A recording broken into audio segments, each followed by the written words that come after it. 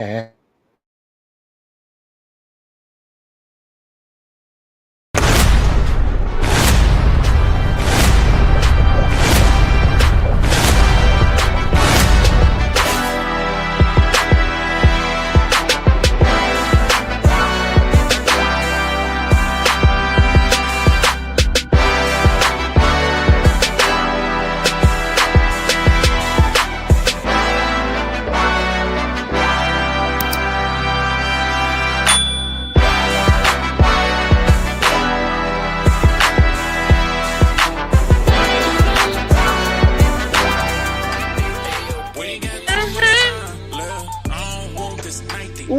up, folks? What's going on?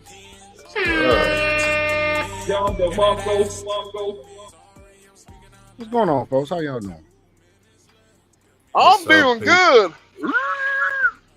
We chilling right now, man. What? That nigga always do that shit. I'm telling you, that's what those. All right, next time. All right, you know whenever you drive, right, and you just see somebody do something so stupid that you can't explain it, right? All you gotta do is like the only thing you could justify in your head is whenever they did that stupid shit, they was going at the same time. Why? Because they on the spectrum. Yeah, they below the spectrum. When you put your life in danger, you below the spectrum. You got there. You just brain dead. Pretty much. What going on with you, Dragon? Man, the only thing what's going on with me is staking liquidity pools and finance. What's happening for me, bro? Y'all seen how much that damn Bitcoin went up, dog? No, I've been peeping that. I've been actually peeping the market since Trump had his little talk earlier and whatnot, and so you checked your Coinbase today? Have spiked up. You checked your Coinbase today? Oh no, I ain't checked my Coinbase. My shit up like $100. Not today. That joke turned all the way around. That joker turned all the way back around. This is the reason why I ain't checked my Coinbase today. Well, the reason why I didn't check mine is because there's about $200 deposited into Uphold and $200 deposited into Crypto.com before Trump has started making his statement. So that way, after he made his statement, everything went up. So that's the reason why I checked my Coinbase. I looked at my Coinbase today. That shit is back to where it was before the tariffs went into play, dude. Yeah, my ledger is like something stupid right now. So I'm diversifying my assets around various different protocols. So that way I'm making sure that I make my money how I need to. So, because that's the thing of the future, bro. Either you're going to have your assets making money for you within the DeFi protocol, or you're going to be like the other people that's going to be sitting up there hooping and hollering. And we ain't got time for that crap. We're millionaires, so we got stuff to do. Got to keep that stuff circulating. So that's midnight.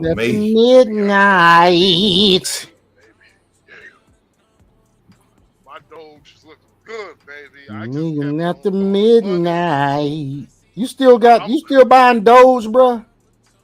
You said what? I mean, it's gonna be utility. It is gonna be a utility coin. I haven't bought Doge. I don't know. I need. I bought Doge as a quick flip and went down and shit because of the whole Elon Musk situation, which is stupid. But yeah, my crypto just like I just been buying, just kept on buying. Same thing what I did with my Roth IRA, just kept on buying. Yeah. It's at 20 cents. Yeah, I gotta buy some more Z-Back. Yeah, I know, right? Yeah. That's more Z-Back, man. Good money, baby. Why you sound so low in the Oh, okay. Is that better? Okay, that's better, yeah. Where the hell is my damn search? Yo, this fucking wind is hitting me all over. I don't have a lighter. I have a match. Okay, there you go. Come on, baby. We got too much time left. Want the night to end? Yeah, man. Z-Beck is now at 0.001917. That's where it's at right Did Yep. it go up a lot? now. Let me see. Within a week, it's been up 44.78% in a week. Holy shit. Yep. It is, but see, it's also projected to go down -13 in a year, but 68% in 6 months, and 126% in 3 months. Yep. So I say, man, you can flip that bitch every month, because in a month is projected to go 115%. Look, Just my homeboy said, just take your profit out. That's all you gotta do. Just take your profit out. Keep some shit in there. Calculate what your look profit like is. this. My homeboy is on the same route that I am. He said, I'm teaching crypto for 6 more months, then it's done. Because in 6 months, that's when everything is going to be in full swing. And it's like, look, Yep. y'all had y'all time in order to Buy do all you stuff. can. Conversations, but man, that, we've been trying to tell you motherfuckers what's been going on. Hopefully, I can get about another few more thousand of XLM and Hedera before the end of the I'm summer. sure you will. Yeah, man. Old girl talking about she needs some help with an air conditioner and some dining room furniture. She said she got all the other furniture. I said, just let me know how much it costs. I'll put it in my budget. You'll get it whenever I can get it to you. So I said, you have some place to stay more comfortable, baby. When you come to see me. Oh, okay, baby. That's cool, sweetheart. I said, just let me know how much that shit cost. You get it. We ain't got to get it all in one day, shouting. Get the air conditioning, then get the dining room furniture, get the dining room furniture, then get the air conditioner, whatever it got to be. But I mean, shit, man, her damn refrigerator. What was it? Refrigerator? She needed a damn what was it? A fucking washing machine. That bill was $130. You know what I'm saying, man? All you needed $130. That's all you need. $130 for a washing machine. Okay, cool. Here you go. Bruh, I'm about to get like I'm about to get the washer and dryer off of Temu for the truck, bruh. That shit's about to be a game changer. No me gustas. How much is that gonna run you with these tariffs? And I know good and damn well that shit come from China. Shit, still like $50. Still can't beat it. The problem is how when you gonna get it, because that shit, man, that shit slowed up now. Well, you gotta remember, there's a lot of inventory that's in the United States. They already bought. Yeah, like there's already a lot of inventory in the United States. It's just what's happening in China has caused a backup because you got people that's still ordering products, but the manufacturers don't want to ship it because they're losing fucking money. Mm-hmm. Yep. And you can't get mad, You can't get mad. Every country has the right to do everything in their favor. So it is what it is. All the people that's getting mad, I'm just like, we weren't doing anything for our favor the last 4 years, and finally we are now. Well, thank God. Shit, this is past 4 years. This is like past 30 years, bro. Yeah, we ain't been doing shit because if motherfuckers don't remember, and they're like, in your lifetime, China was a parvish fucking country. Like China was like bullshit. Yeah, like China was basically a third world country. Mm-hmm. Only like majority of the country. So majority, if remember correctly, the majority of the country was in poverty outside of Hong Kong. It was like outside. It was like outside of Hong Kong. What is it? Beijing and what else? Wuhan. Mm-hmm. Ma- Damn near 80% of that country is in poverty. Then one day, United States, Starts like these outsourcing niggas all this are shit. outsourcing jobs and manufacturing jobs to China. Then one day you wake up, you're just like, Damn, because everything's made in fucking China. yeah, because the sentiment was, it was a good sentiment at first. You like, if they would have told you the truth, they just didn't tell you the truth. They basically were just like, well, we're gonna outsource jobs, but we're gonna lose some jobs, but the price of everything is going to be cheaper. Cool, that is dope.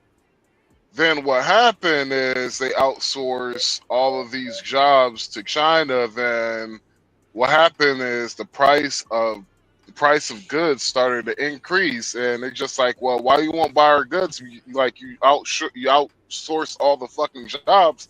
I can't afford to buy anything now. So Yeah, because somebody not smart let this shit happen. because back in the day, bro, like, and it's funny I keep saying back in the day, which is not that fucking long ago. It was like 15 years ago. But Mm-hmm. 15 years ago was like the end of where you could win. Like basically everybody who went into the factory, who went into the plants, after high school, like my high school year, if you was able to find a job, majority of all those niggas still got those jobs. Oh They ain't yeah. leave those jobs. And so they're gonna be able to still retire, get all their full pension and all that shit, all that retirement and shit, because they found a good company that was gonna stay in the United States, man. But outside of that, bruh,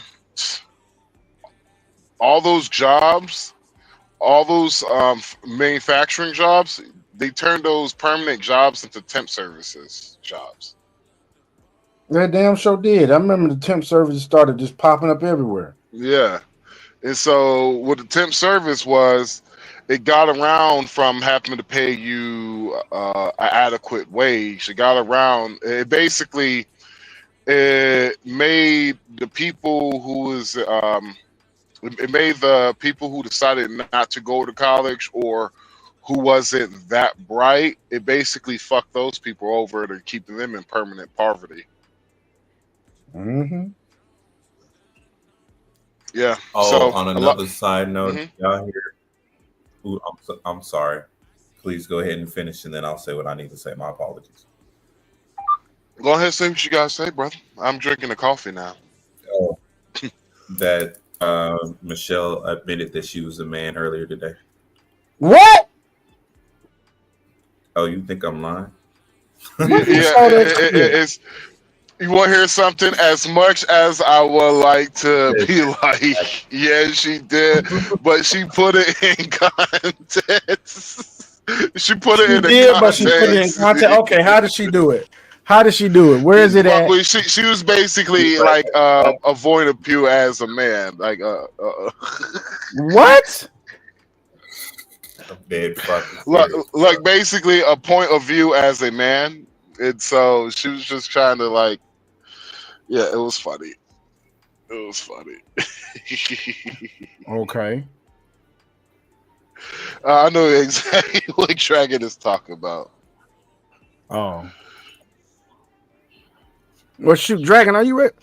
Man, are you ready to do crypto? Or you can do it a little bit more time. So first, you want me to do it a little bit later because I want to be a little long-winded with it. So you can probably do it towards the end if you like. Okay. Okay. Well, we're gonna go into if you guys have not seen lately, like we have said before, Kevin Samuels was hitting on all cylinders most of the time, and he Man, ain't predicted no most of the time. 100% of the time, and Thank he predicted a long time ago that older women were gonna be like, or older famous women, famous black women, were gonna be like how Tracy Ellis Ross is right now, and how your girl Cree Summer is, who's in this clip right here. So I just wanted to play this real quick because It's a it's a clip about Cree Summer, man, and she's on some show. I don't know what show this is. Hold on, mediocre tutorials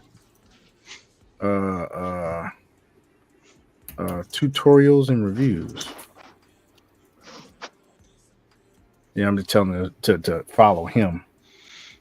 Follow him at mediocre tutorials and reviews, and we're gonna get into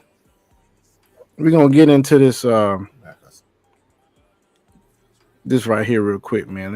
I just gotta do one more thing, and we're gonna play the clip. All right, man. So let's go ahead on and turn our music off, and we're gonna roll this beautiful bean footage. Okay, I'm going on mute. See where they have the specialty things to tie you up.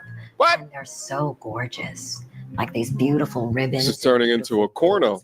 Pieces where they hold where it holds your neck and your hands. What? I don't know what this is. Oh, I'm going to show you. Yes. It's gorgeous. I think because I have such an aesthetic. Yes. And Why does chick look like she don't do nothing but eat water every day? I'm like, if I could be tied up and look this good. Who's that talking? That's Cree Summer from damn Different World, bruh. God damn, it sound like the Crypt Keeper, bro. She looked like the Crypt Keeper. Let's go. She sound like she gonna haunt my. She sound like she gonna haunt my dreams. Dude, she is old looking. 50 Shades of Grey is happening here. I don't know what it is with this current trend of Gen X, 50-plus-year-old women going on these podcasts and speaking about the bitter lives that they currently live. First, it started with Tracy Ellis Ross, and then it went to Holly Berry showing us her snatch at the Met Gala, and then this lovely young lady right here. Now, if you're unfamiliar, she goes by the name of Cree Summer. She played Freddie from A Different World back in the day. If you're too young for that, then you might remember her voice from popular animations such as Susie Carmichael from Rugrats. She played Valerie Gray on Danny Phantom, and even Penny on Inspector Gadget. A lot of voices. But now she joins us on this podcast entitled Lovers by SHUN. That's cool. I didn't know she was Penny on Inspector Gadget. That was cool. With the title of the video being, and I shit you not, I lost my S drive because he never did this.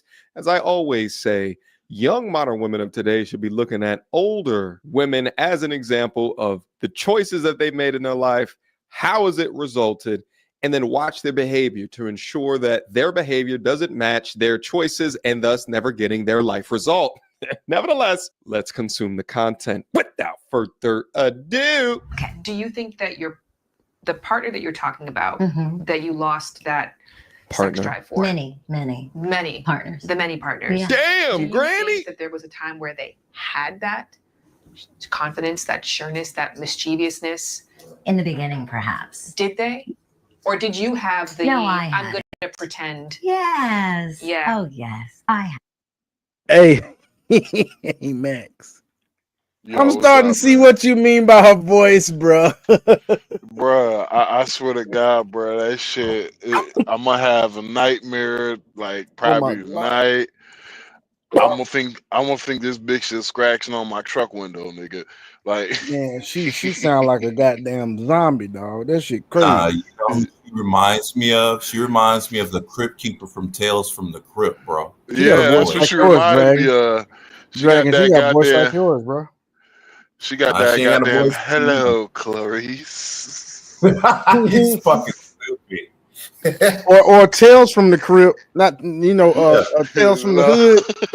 The one with old boy was in. He was like, yes. Yeah. Oh yeah. He had his eyes all open. Yes. The shit. Yes, the shit. She sound like that shawty off what was it? Yes. Boomerang. What is that smell? Going Pussy. to get into the shit. Yes. You gotta get that, bro. You gotta get that. You got to get that.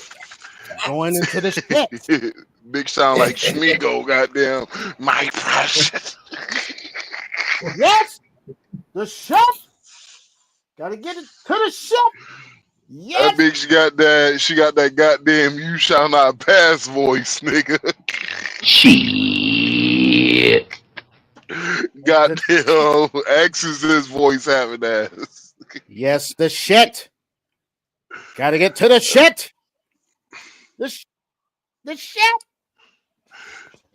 Nigga, Yes, she indeed, sound man. like one of them goddamn creatures off of what was that goddamn movie with them aliens? Goddamn Mars Attack voice ass bitch. She got What that more do you want from me?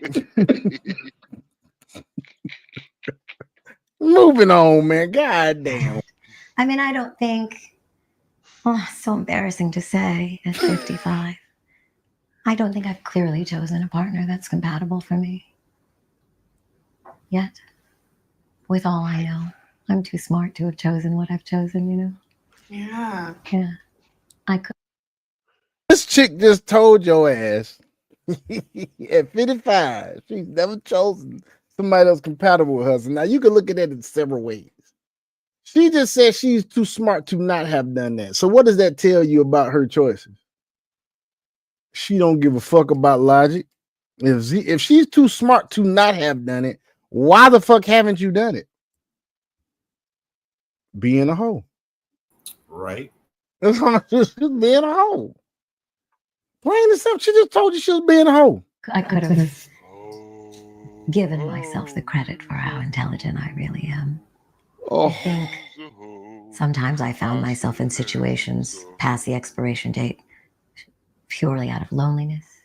I think loneliness is probably the greatest culprit to get me into. Ooh, that bitch said she stayed past the expiration date due to loneliness. Good God. But no, you're an independent, strong, fabulous woman, aren't you? Things where I could have probably just looked at it and gone, I know that ain't gonna work. Yes. You know? Mm-hmm. But he drives a really nice car and he's, what a smile. And, Ready. and he's fucking ready. Whoa. And then, She just said it now. He drive a really nice car and he ready. That bitch just admitted that her fucking love has a price tag. there you are. First off, if you reach 55 years old, still blaming men, still single, still bitter, then maybe it's time to stop and ask the correct question, the hard question of what's the common denominator here. If you're too smart to be selecting what you had, then maybe you're not that smart. And maybe hindsight is 2020 and you didn't learn from your previous situations, thus leading you to make the same exact mistakes.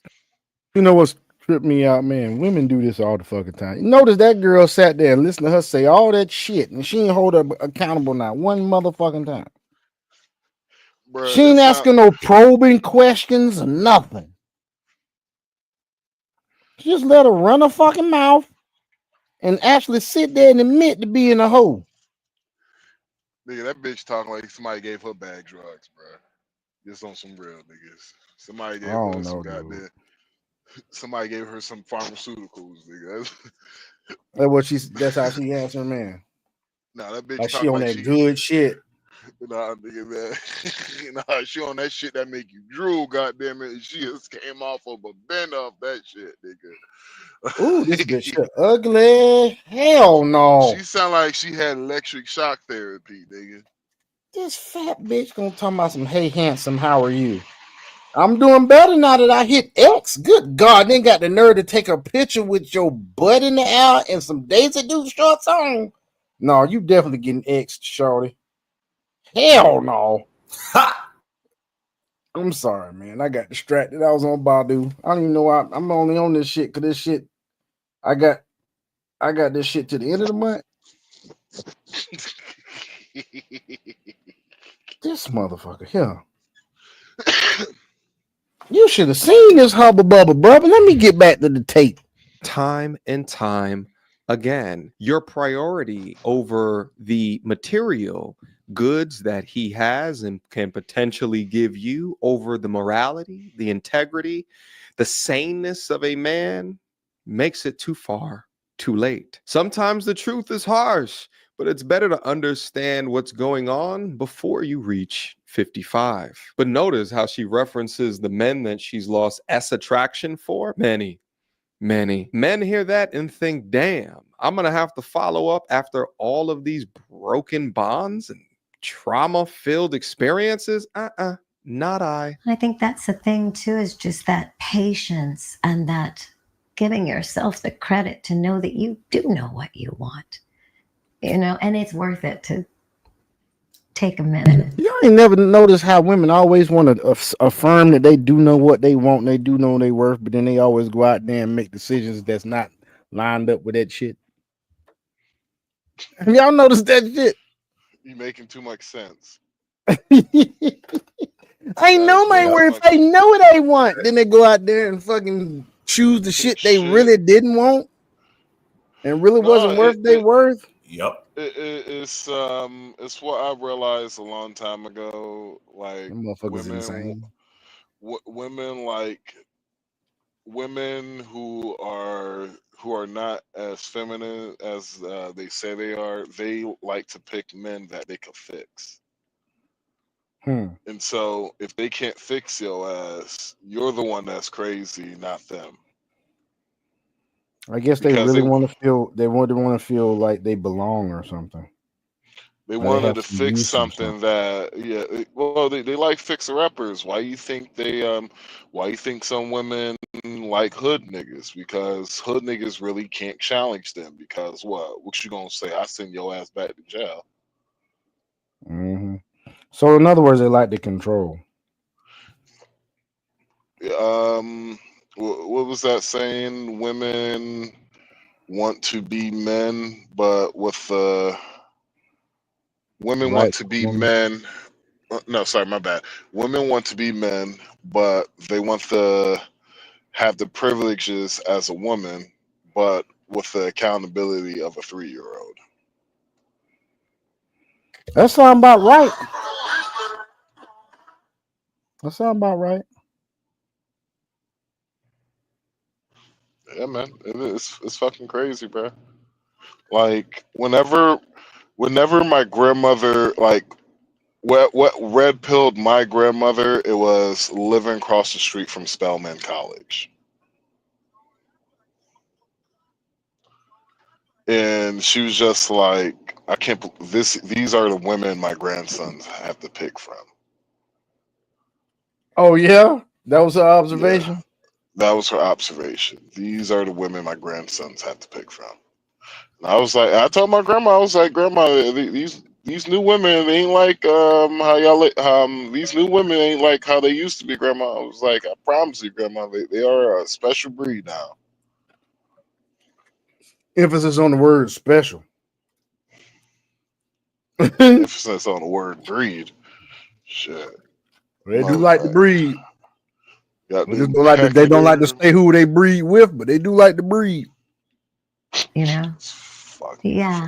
Was it? I don't think I've ever really done that. And then sometimes also being victimized by being chosen. Victimized by being chosen. You cannot make this shit up. Damn, I need Kevin. Where Kevin at, baby? Oh, he would have had a 4-hour monologue on a Wednesday night. Yeah, he would have. Dissect this chopping, just cooking, just fried grease batter cooking this shit alive. Imagine being a victim of other people's decisions to be into you. That is so crazy. You could make the decision to not be in their option set. See, what's happening here is you have fake philosophical tone that is being drowned in cope. This is the Tracy Ellis Rossing of America, 50 and alone. Young women should be utilizing this as a case study. I just think so happy to be chosen. Mm-hmm. He chose me, so it must be meant to be. Even actually when you were talking in the beginning about, the kind of people who approach you and like, well, that's just who approaches me. I'm like, well, who do you approach? I don't approach anybody. Why not? I've never done that before. Ever. I don't think I've ever approached a man. I've never asked a man out.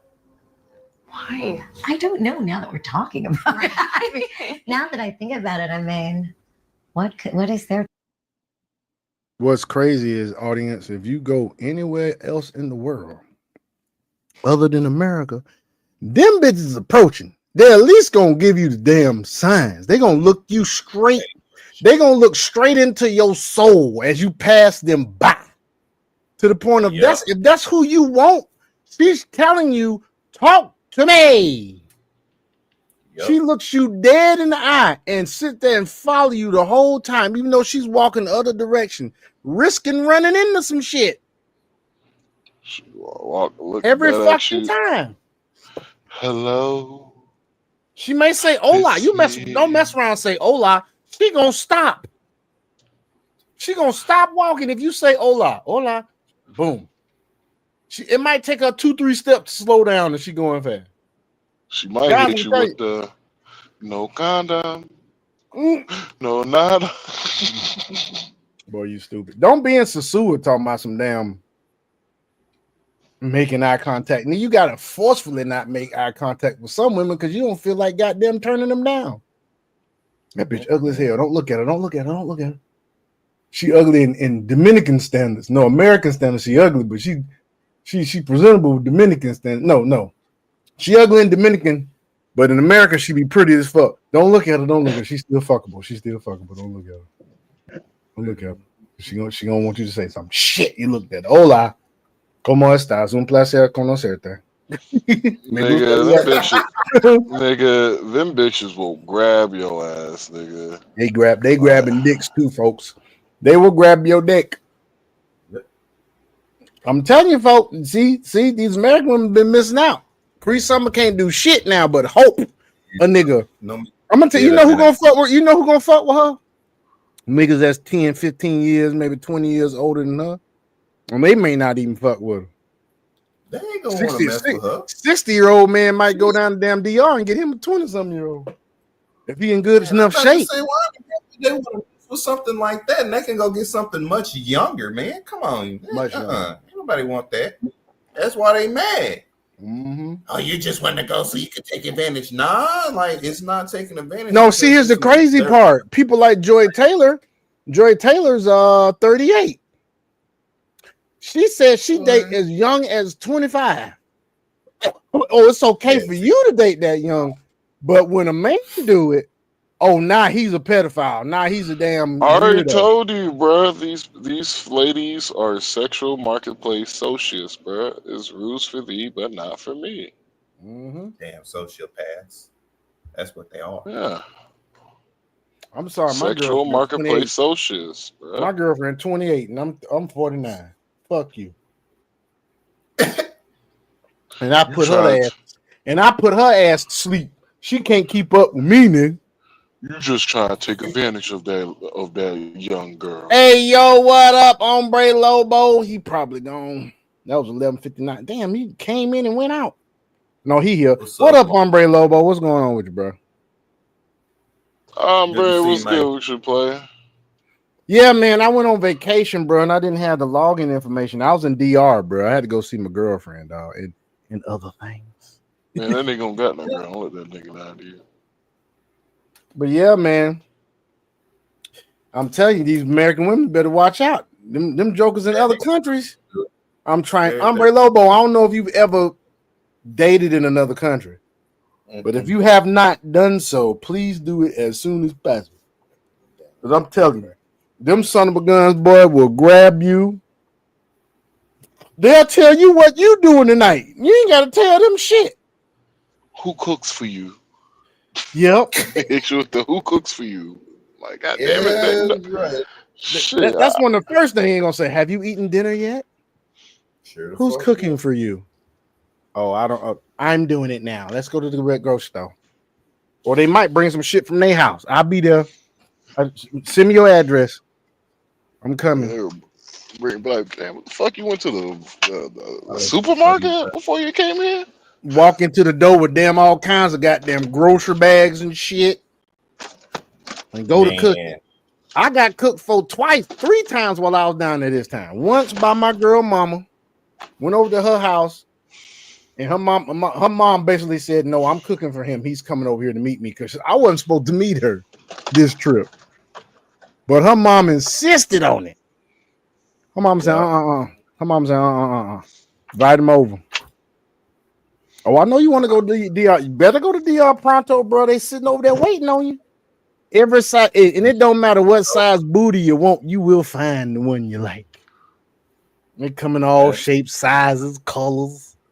Yup. You got your white Dominicans, your dark skinned Dominicans, your light skinned Dominicans, your high yellow Dominicans, your red Dominicans. Boy, my baby is caramel. I call her caramelo.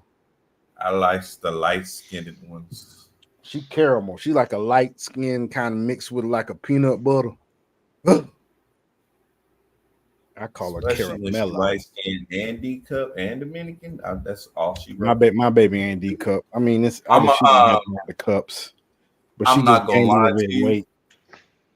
What got me years and years ago was a woman called Dominican Poison. That's the one that did it for me. Oh yeah, she was called Dominican Poison. Yeah, that motherfucker.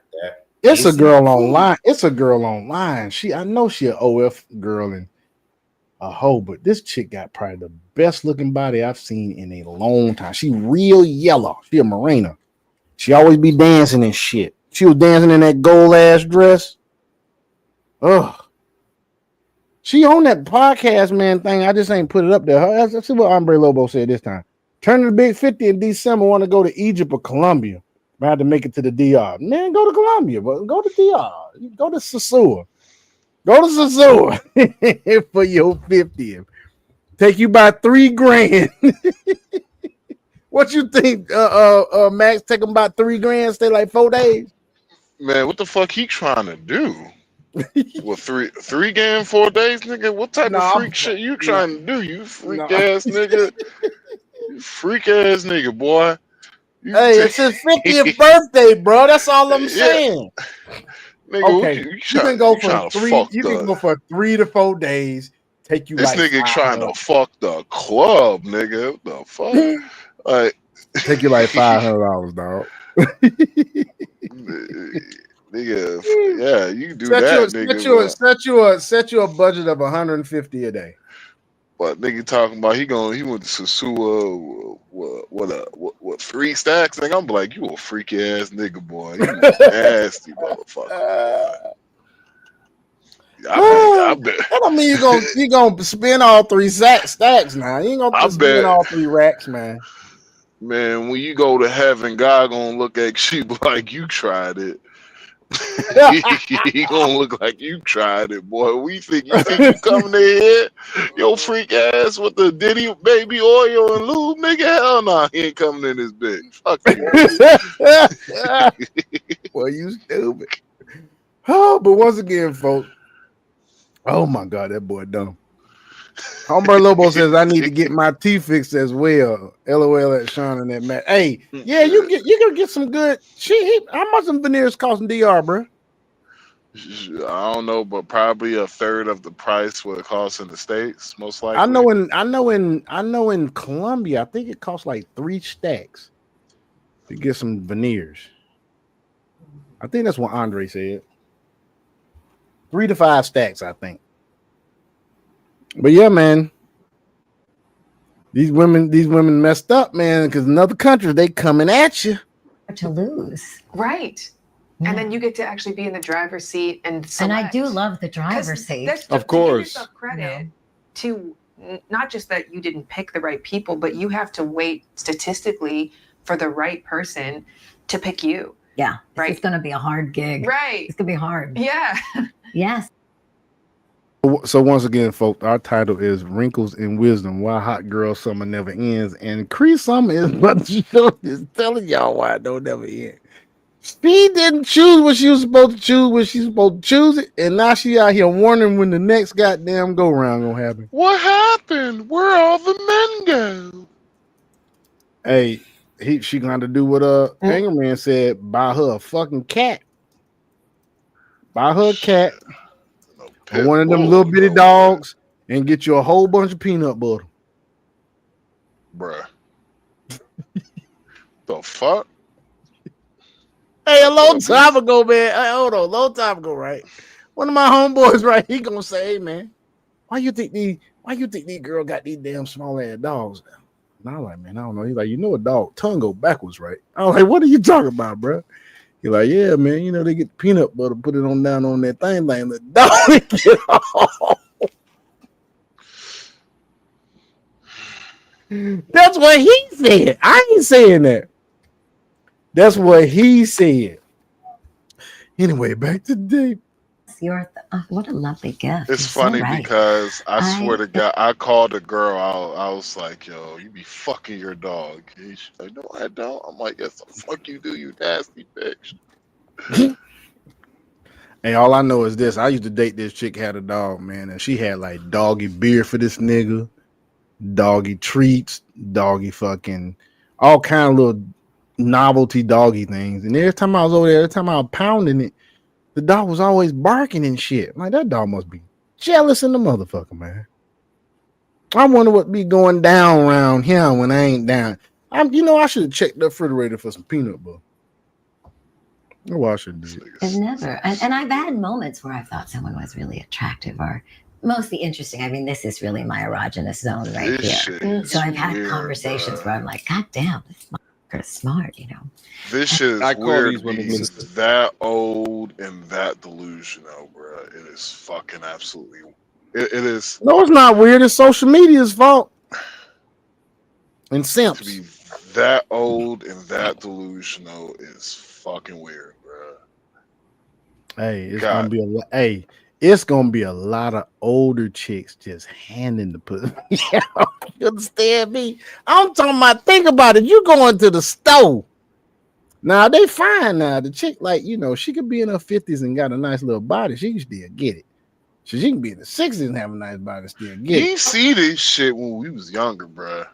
What? On some real shit. A bunch of old single women, like when we was younger. No, you didn't see this shit, but you gonna see it now. And I'm trying to tell you, bro, dudes that's like in their 40s, lower 50s to like maybe 20s and stuff, man, they gonna be knocking these bitches down right. Bro, I'm already like, I think I already told you, like, yo, that shit's happened to me, bro. Like, I'm having females from college hitting me up, like, what's up? Nigga, I have females I haven't talked to 5 years ago hitting me. Nigga, I had a female, one night stand. That's why I like to keep myself in shape, because there's some chicks I went to college with. Look at him. Yup. I can't wait till they be like, yeah, what you doing? Shit. I see you be on Facebook. You still in shape. Yup. Right. What you doing tonight? You. I remember it was this, I was like, I was 28 and I was 28 and we was like we was at a music festival. So it was this chick, she was fucking at the time, like she was in our group and I was just like, all right, cool and all that shit. And so she started talking. I was just like, how old are you now? And she was just like, I'm 18. I was like, no, how old are you? She was like, well, I'm 16 years old. I was like, you are way too young to be around our camp. Yada, yada. So never thought any of it. Treated her like she was like my little niece, somebody's daughter, yada, yada, yada, right? Mm-hmm. Dude, 5 months ago, this chick hits me up talking about, hey, how I'm doing. I seen your location was near me. You should come. We should hang out. I haven't seen you since the music festival. Yeah. You should have knocked it down, bro. You should have knocked it down. And I was just like, what the fuck is this shit? And so all that shit.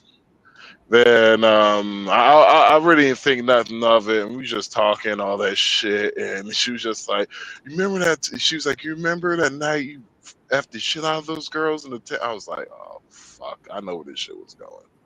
Yeah, she wanna fuck. Yeah, basically. I was just like, she's looking for some safe dick. Some dick she got a connection to. Yep. Hey, like, Dragon. She looking for that reminiscent dick. I thought that shit was you want some reminiscent dick. Oh, I remember the time. Like, no. You remember the time when I boxed your box? You remember the time? When I boxed your box. Oh, remember the time when I hit your bottom? You remember the time? Hey, man. Hey, dog, for real though, dog. Do you realize, dog, in America, dog, give it about a good 5 more years, these bitches gonna be walking the street horny than a motherfucker, dog. They ain't gonna have no look.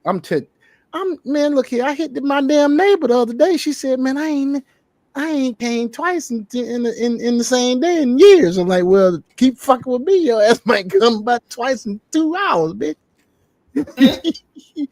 Oh God, I'm just saying though, man. I'm just saying.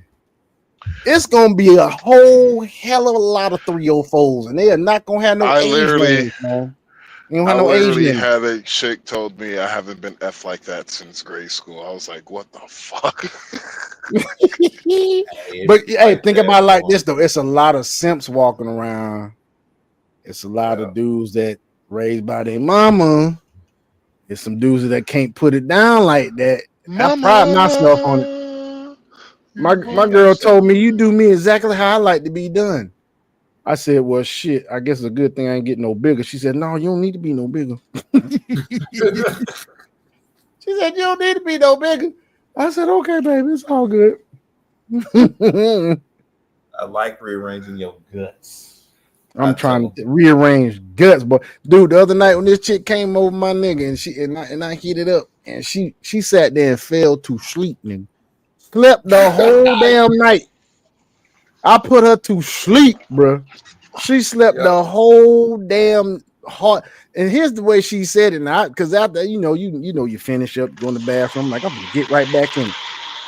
She said, can't. And while we were doing it, now she gonna tell me, "Can you give me a minute? Can you give me a minute?" Hell no, I ain't giving you shit. Hell no. I ain't giving you shit. You ain't getting no. Hell no. All I did just slow down for her and slow down. Then I went back up. And nigga, I'm gonna say this one last thing, man. I'm gonna say this one last thing. Dude, I came in there to check in on the bro. She was like, "Why? Because you ain't getting nothing." Hey, I told her, check it out, man. She's like, "Can I just sleep? Please just let me sleep." All right, cool, go sleep. Knocked the ass out, man. Like she had some Quaaludes or something, dog. Back to the night. Susceptible to game. They don't need actions from you. If you fit a physical build that they are into and you can talk faster than what they can think, then it is absolutely no struggle. These are the 1 to 2 daters and you're already deep inside, back when she was in her roaring 20s. But I also find it interesting that she says she likes to be in the driver's seat, yet she's not taking shots. Now, I don't agree with women taking shots. I think that's more masculine behavior. But I do agree with a young lady demonstrating choosing signals to a guy that she's interested in. But her becoming a victim of being an option, as she would put it, is because a couple of decades ago, she was nice, she was cold. But it gets proven the more that we do this content that no matter how cold you are to all the pretty girls out there, that prettiness is going to fade. And if you haven't adjusted your behavior, your attitude to be form fit within a guy that would want to retain you, then this may be the bitter end. And I haven't said anything. And you be extra fucking ugly. Maybe I'll give it a try. You really should. I think I should. Your best sex, your best relationship. Delusional. Check this out. This chick right here don't help out none. Look at what she about to say to this chick now. Listen to this bullshit. You really should. I think I should. Your best sex, your best relationship, your most erotic life is like that way. Do you hear this bullshit? Did you hear what she just told her? Like she got another 30, 40 years in this game. Bitch, you 55. You might have 5 years left of sexiness, shorty. Because it don't take but one bad day and you get emotional and you get in that ice cream vat and you go to goddamn eating, bitch. Before you know it, 2 months later and you still depressed, your ass is 100 pounds heavier. Talking about some your best sex, your best this, your best that is that way. Yeah, that way, and you ain't got no GPS, bitch. Woo! That's really cool. It's very cool. A lot of people. Very cool. It's way better. I do. Now I want to try. This Chuck of the Clown looking ass chick gonna tell her best sex. Man, see how they don't help each other, folks. Most of these women out here don't help each other, and I'm not bashing on y'all women, man. I'm not, because all y'all women ain't the same. Y'all, there's some very intelligent ones out there, but these two delusional ass motherfuckers sitting up here on the screen, like to sit there and not tell this 55-year-old. Now imagine if it was fucking Vivica Fox in the fucking chair. She gonna tell Vivica Fox your best sex is that way. Vivica Fox is sitting on 60 and fat as hell, looking like the Pillsbury Doughboy stepsister. That shit crazy, man. Try it. Oh my God, my girlfriends are just going to be like, "We heard you say it on camera. It's on." Oh God, I can't wait. Right? But I got to tell you, I've been thinking about it because there's this. I've been actually thinking about. They about to let us out. There's this website on Instagram I see where they have the specialty things to tie you up. What? And they're so gorgeous. Like these beautiful ribbons. This is turning into a corno. Pieces where they hold, where it holds your neck and your hands. What? I don't know what this is. Oh, I'm going to show you. Yes. It's gorgeous. I think because we have I have such an aesthetic. She's okay. Well, her saying that lets me know she got some fucking bodies on her roster, bro.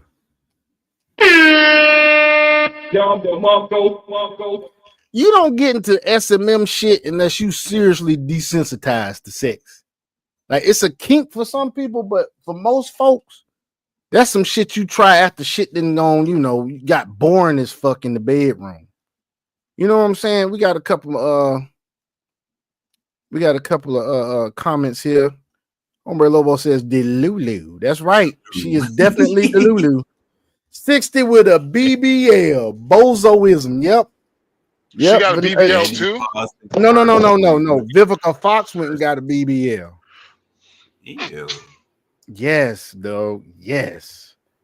She is thirsty out here. That's why I said these thirst trappers then became the thirsty. That shit then flipped on their ass. That's why I'm telling y'all. I had an ex that used to cheer for the Carolina Panthers. This motherfucker now does what a lot of women do. They turn to that physical conditioning shit and start fitness competitions and shit. So she 53 now, I think. Face drawn and shriveled up. That's right, Hombre Lobo. So she done went through eight roses. She probably has gone through 8 roses, dog. Them lithium batteries can't be recharged, bro. It's a wrap. But I got an ex that's she's 53 now. Now I was fucking with her. She was in her 40s, still looking good. She still look good now, but she does what a lot of these black women and a lot of these Western-minded women do. That's masculine. They get in these fitness competitions, so she's forcing herself to stay in shape.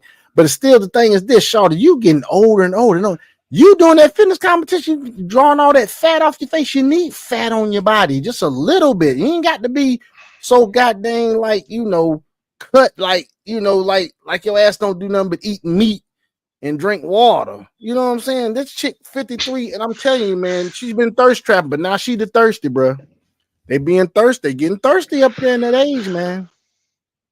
Yeah. And I'm like, if I could be tied They up, thirsty out here now. They thirsty, bro. Good. Let's go. What in the BDSM 50 Shades of Grey is happening here? Yo, they will chastise men all day for having high levels of S drive.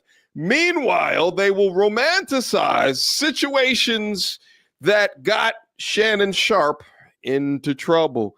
Funny how that works. While also playing this fantasy romantic type music in the background while talking about being tied the hell up. I guess Shannon should have went for her, at least as a woman of his age, right? But why in the menopause are 55-year-old women talking about their S lives on a podcast? Is there nothing that should be kept within in 2025? I mean, why does everything have to be out in public? Why can't this just be amongst your friend group? And why is this shit tolerated? If there was 2 dudes talking about tying chicks up, They were trying to get them canceled, baby, but apparently women could do it. That's why these women podcasts, they sell S toys like they hotcakes. Why do you think that they always trying to sponsor them? Because although women shame men for their sexual prowess, deep down, covertly, they're experiencing the same things. They just don't want to talk about it, generally. Women love sex as much as men, if not more. Sit there and call me a lie if you don't. If you don't think so. I'm telling you, man, women love sex as much, if not more, than men. Fuck around with a Latina and see if you don't. Fuck around with a Latina. Go get you a true blue Latina. Go out the country, go get you a Latina. If you don't think that's the case. That girl will jump on your dick every time she breathes, nigga. Quick.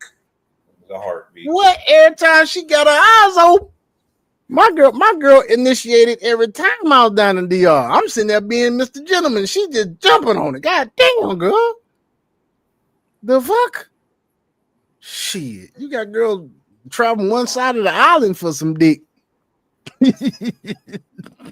That's how they all down there talking about some, man, whatever they do. Whatever. Back to This to me is just so ridiculous, and it borderlines on pathetic for grands to be talking about getting tied up at 55. But listen, that's just a portion of the content. There's another snippet elsewhere in the content that I wanted to go over as well that I think paints a much better picture of what it is that I'm laying out here. That to be said, Yeah. majority, 80% of people who sign up for this service are women. Many of them are mothers. Yeah. And a lot of them, I think, are hoping that this is going to make the difference because they've noticed their libido has dried up. And this happens for a lot of different reasons. Sure, menopause, all kinds of things. Right? But then here you are. I don't know what So- menopause has done for me. I actually got skinnier and wanted to everything. It's so bizarre. And my girlfriends are like, but yeah, menopause is She's got 2 kids, by the way. just set me on fire. I don't know if it's menopause or just my mind just finally. Wait, breaking she free. couldn't I get think a it's man, but she can't find a husband, but she damn sure was able to find 2 kids though. and she said menopause Wait, set her you know on what fire. song started playing It set in her my on head, fire. right? You know what song? What? But you know what song started playing the moment he said that if she got kids too, you shouldn't have let her hit it wrong. I was like, damn. Now you're a single mom.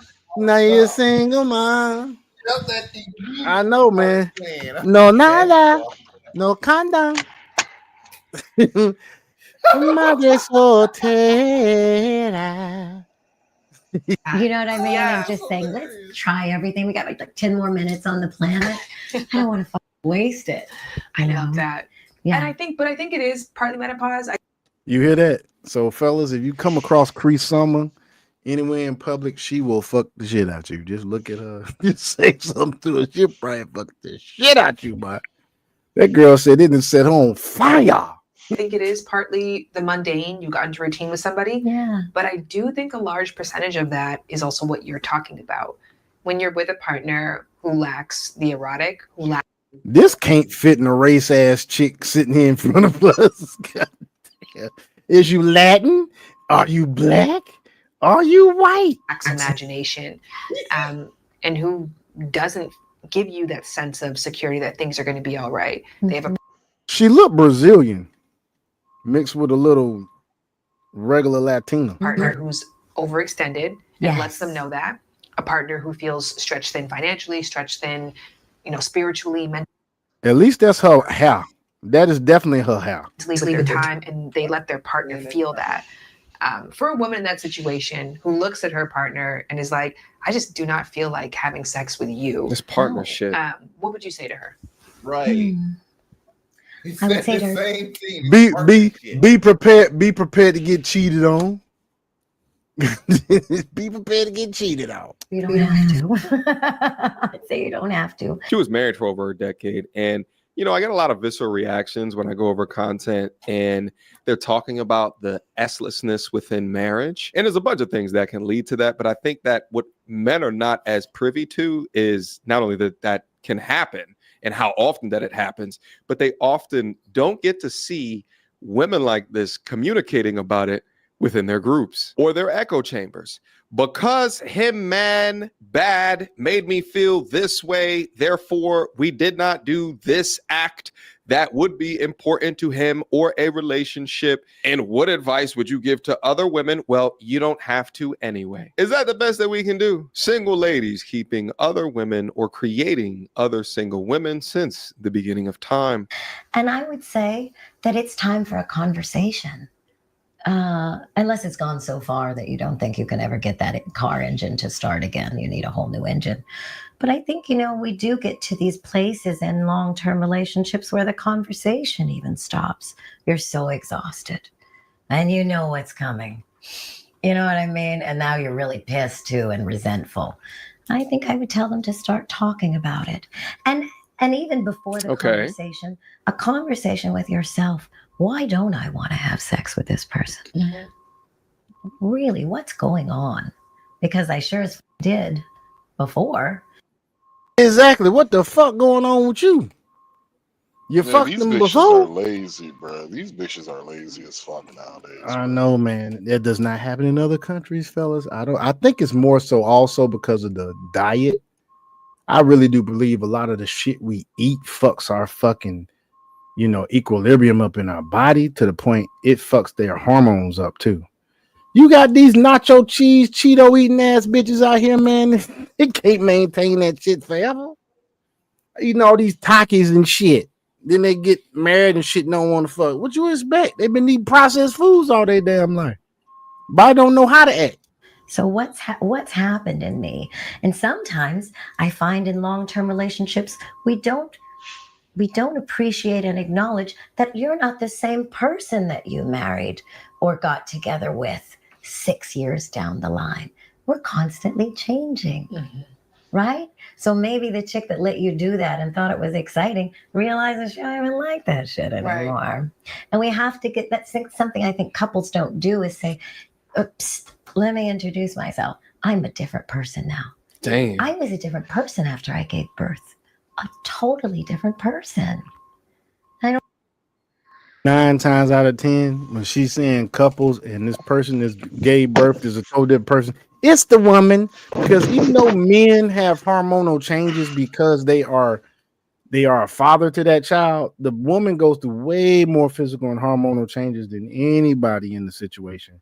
So who you think gonna change? It ain't the fucking man.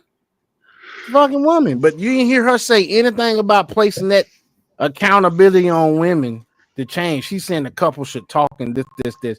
No, bitch, go to some fucking counseling. Go get yourself electroshock therapy or some shit. I don't think we acknowledge that. While people do change doesn't just happen overnight. Generally, you don't wake up a completely different person. It's gradual. And if you're not growing with your significant other, then you're going to drift apart. I'm triggered as hell by the comment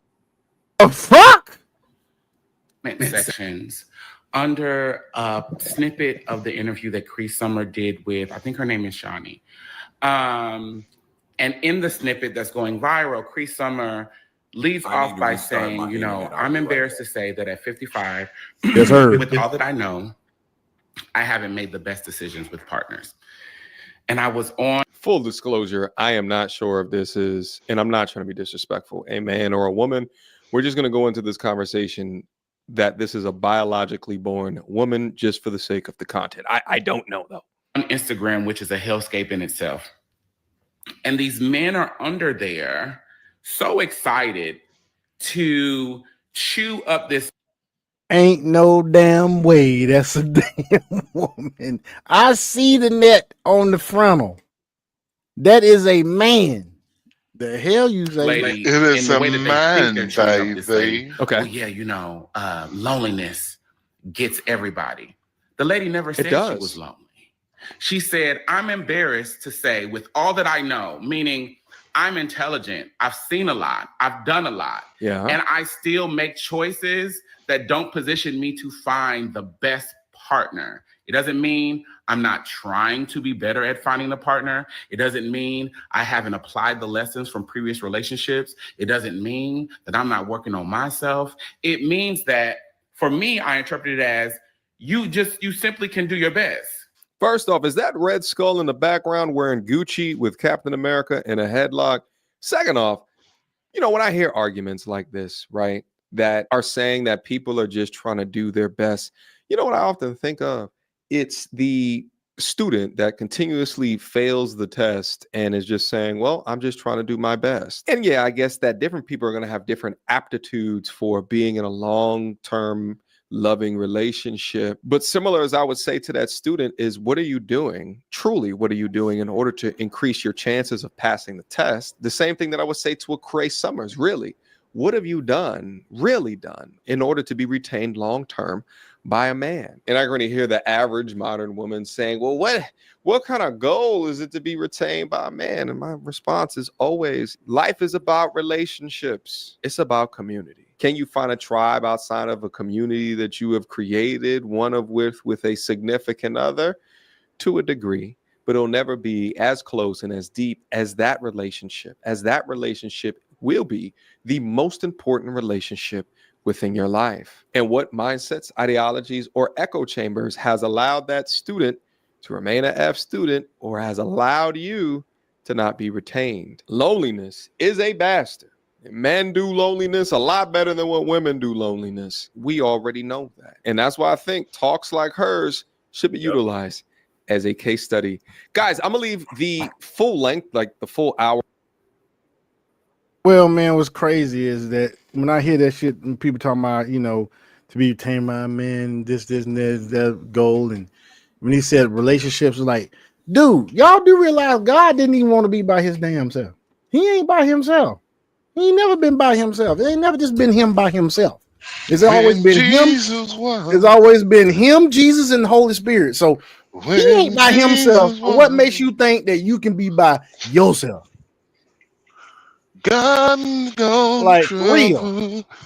In all seriousness, man.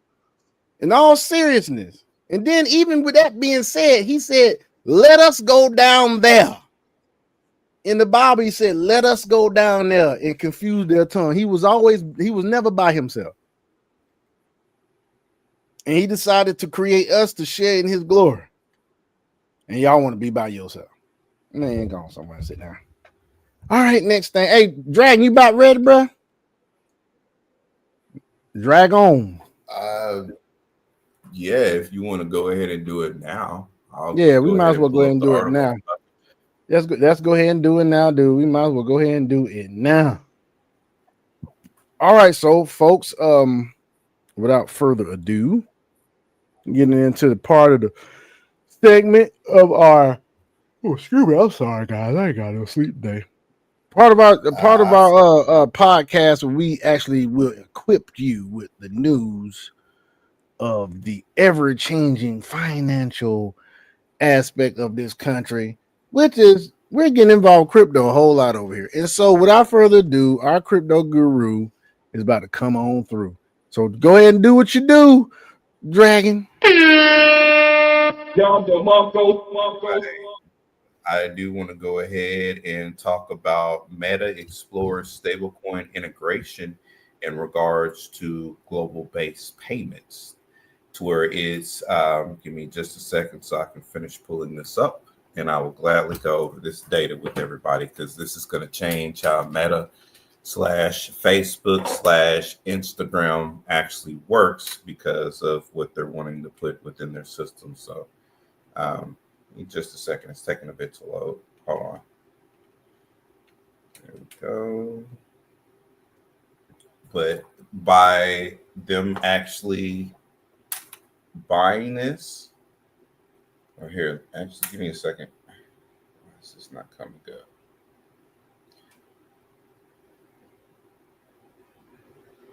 Okay, actually, let me switch over to the other thing I wanted to talk about, which was Microsoft is actually filing for their crypto equity integration. So according to Eric Blanches, a recent S1 filing for tokenized Microsoft stock, tokenized, and it's going to be on the Ethereum virtual machine, just like I was showing y'all on RWA.xyz. marks a significant development for the convergence of traditional equities in the cryptocurrency market. Source is Eric Blanches on Twitter, May 8th, 2025. This filing could pave the way for regulated trading of tokenized stocks on blockchain platforms, increasing market liquidity and accessibility for crypto traders. This move signals growing institutional interest in combining blockchain technology with established assets, which may influence both liquidity and volatility in crypto markets tied to tokenized stocks. So, the recent S1 filing for tokenized Microsoft stocks has sparked significant interest across both traditional and crypto markets, signaling a potential bridge between conventional equities and blockchain-based assets. Announced on May 8, 2025 via tweet by Bloomberg ETF analyst Eric Blanches. This filing hints at the tokenization of Microsoft shares, a move that could refine how investors access and trade blue chip stocks using decentralized platforms. That's why you guys always hear me talk about DeFi, where the money's going to be at. Tokenization involves representing a real-world assets like stocks as a digital tokens on a blockchain, enabling fractional ownership, 24/7 trading, and enhanced liquidity.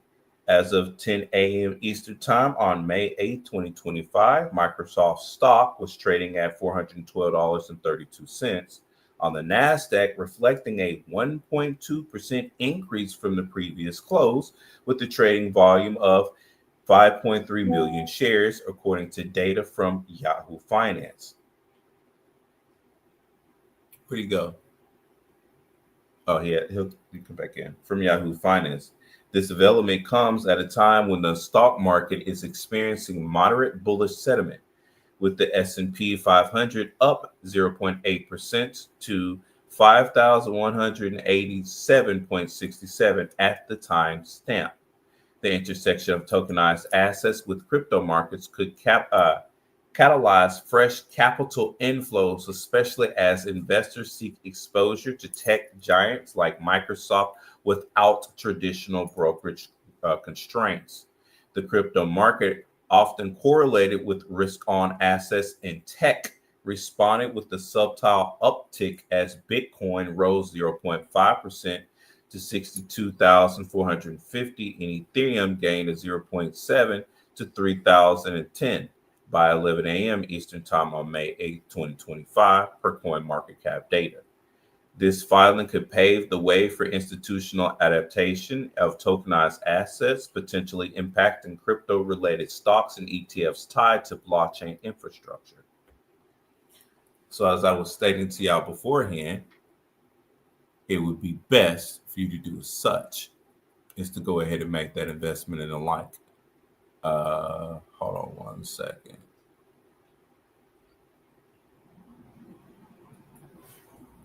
Shows we are still live. Give us just a moment, folks. Max, you there? Yeah, I'm happy. What happened? He dropped. So he said that he'll be back. But let me go ahead and let me finish up with this for everybody. Yeah, go From ahead. a trading perspective, the tokenized Microsoft filing introduces unique opportunities and risk for crypto traders. The prospect of trading Microsoft shares as tokens on decentralized exchanges could drive volume into blockchain platforms supporting asset tokenization, such as Polygon, Matic, and Avalanche, AVAX, as of 12 p.m. Eastern Time on May 8, 2025. Matic saw a 2.3 price increase to 73 cents. Ooh, shit. So you mean Polygon's almost a whole damn dollar? That's what I'm talking about. Because I sit on Polygon because of the Polygon chain in particular. Plus, they were one of the ones that was actually at the White House speaking on the digital summit. So it's always best to get them. With the 204-hour trading volume of 320 million, while AVAX rose up 1.8% to $35.12 with a volume of 280 million, according to CoinGecko.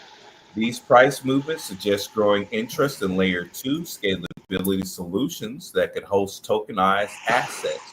Additionally, this development may spur demand for stablecoins like USDT and USDC, often used as on ramps for trading tokenized assets, with USD's 24-hour volume hitting at 45 billion as of the same time step on CoinMarketCap.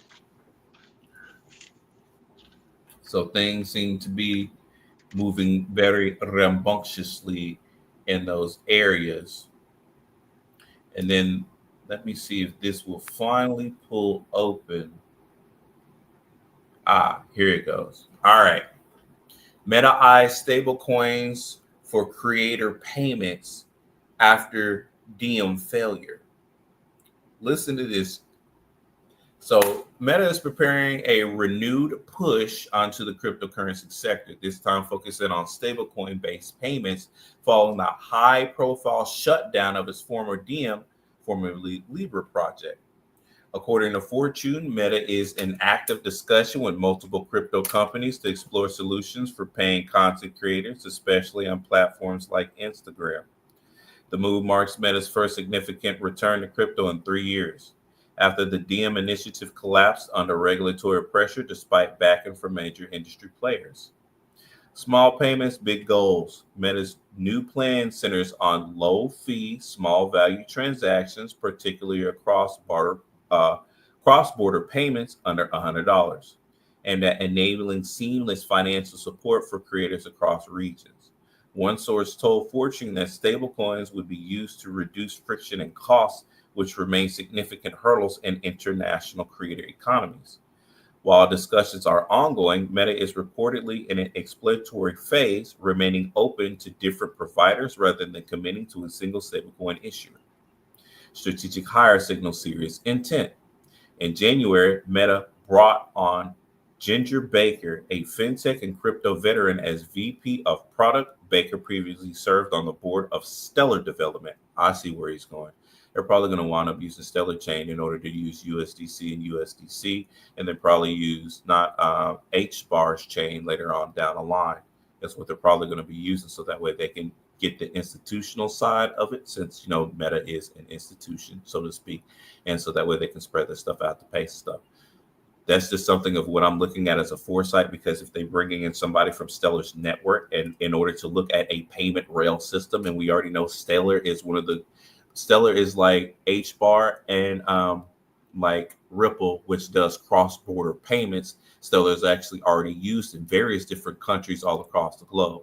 So it's just good to say that if they're bringing in the former VP in it to look for payment systems, I know what rail that they're going to be tapping into along the lines, because of course it would be intelligent of him in order to utilize the old rail systems of what he knows anyway. So that would just be wise for him, just putting that together, because it's like, why else would you put the previous board of Stellar Development Foundation and held leaderships roles at Plaid, a major financial infrastructure firm? See, there we go, right there. That's telling it. Her hiring signals Meta renewed seriousness about building crypto native products that comply with current financial frameworks. Zuckerberg acknowledges Diem's demise.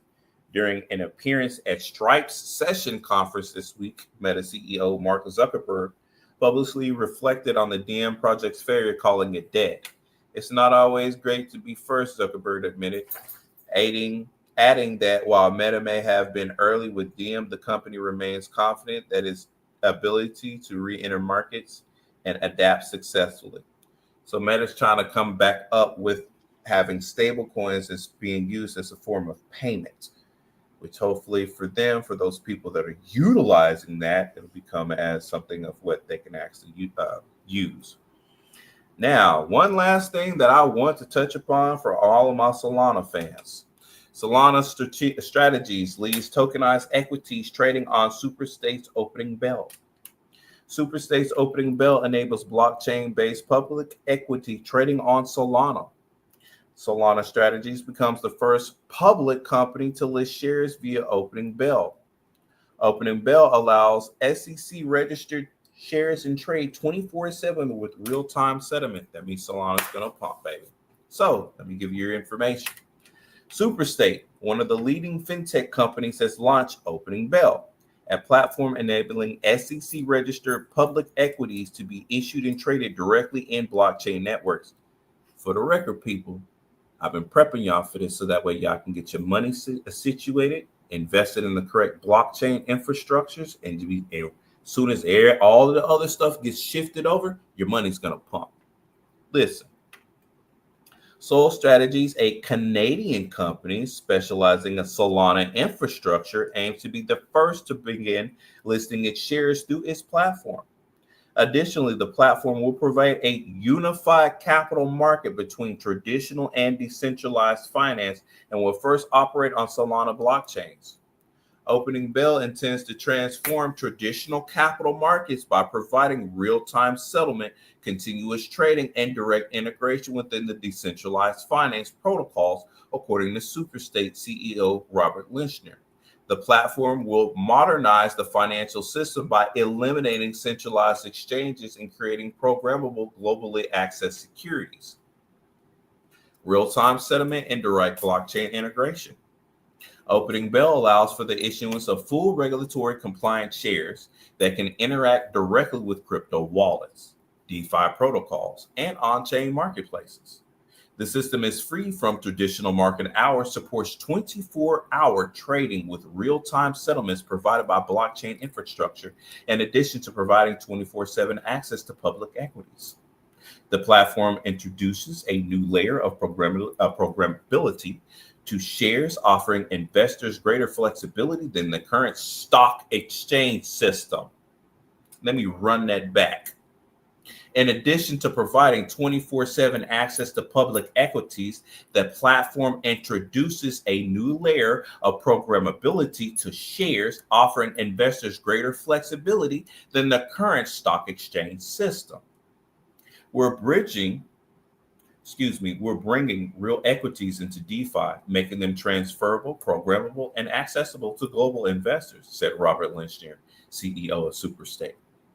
Opening Bell's infrastructure also integrates with Superstate's earlier tokenized funds such as USTB and USCC, allowing for seamless asset management across different financial products. This approach is a broader development that combines traditional finance with blockchain innovation.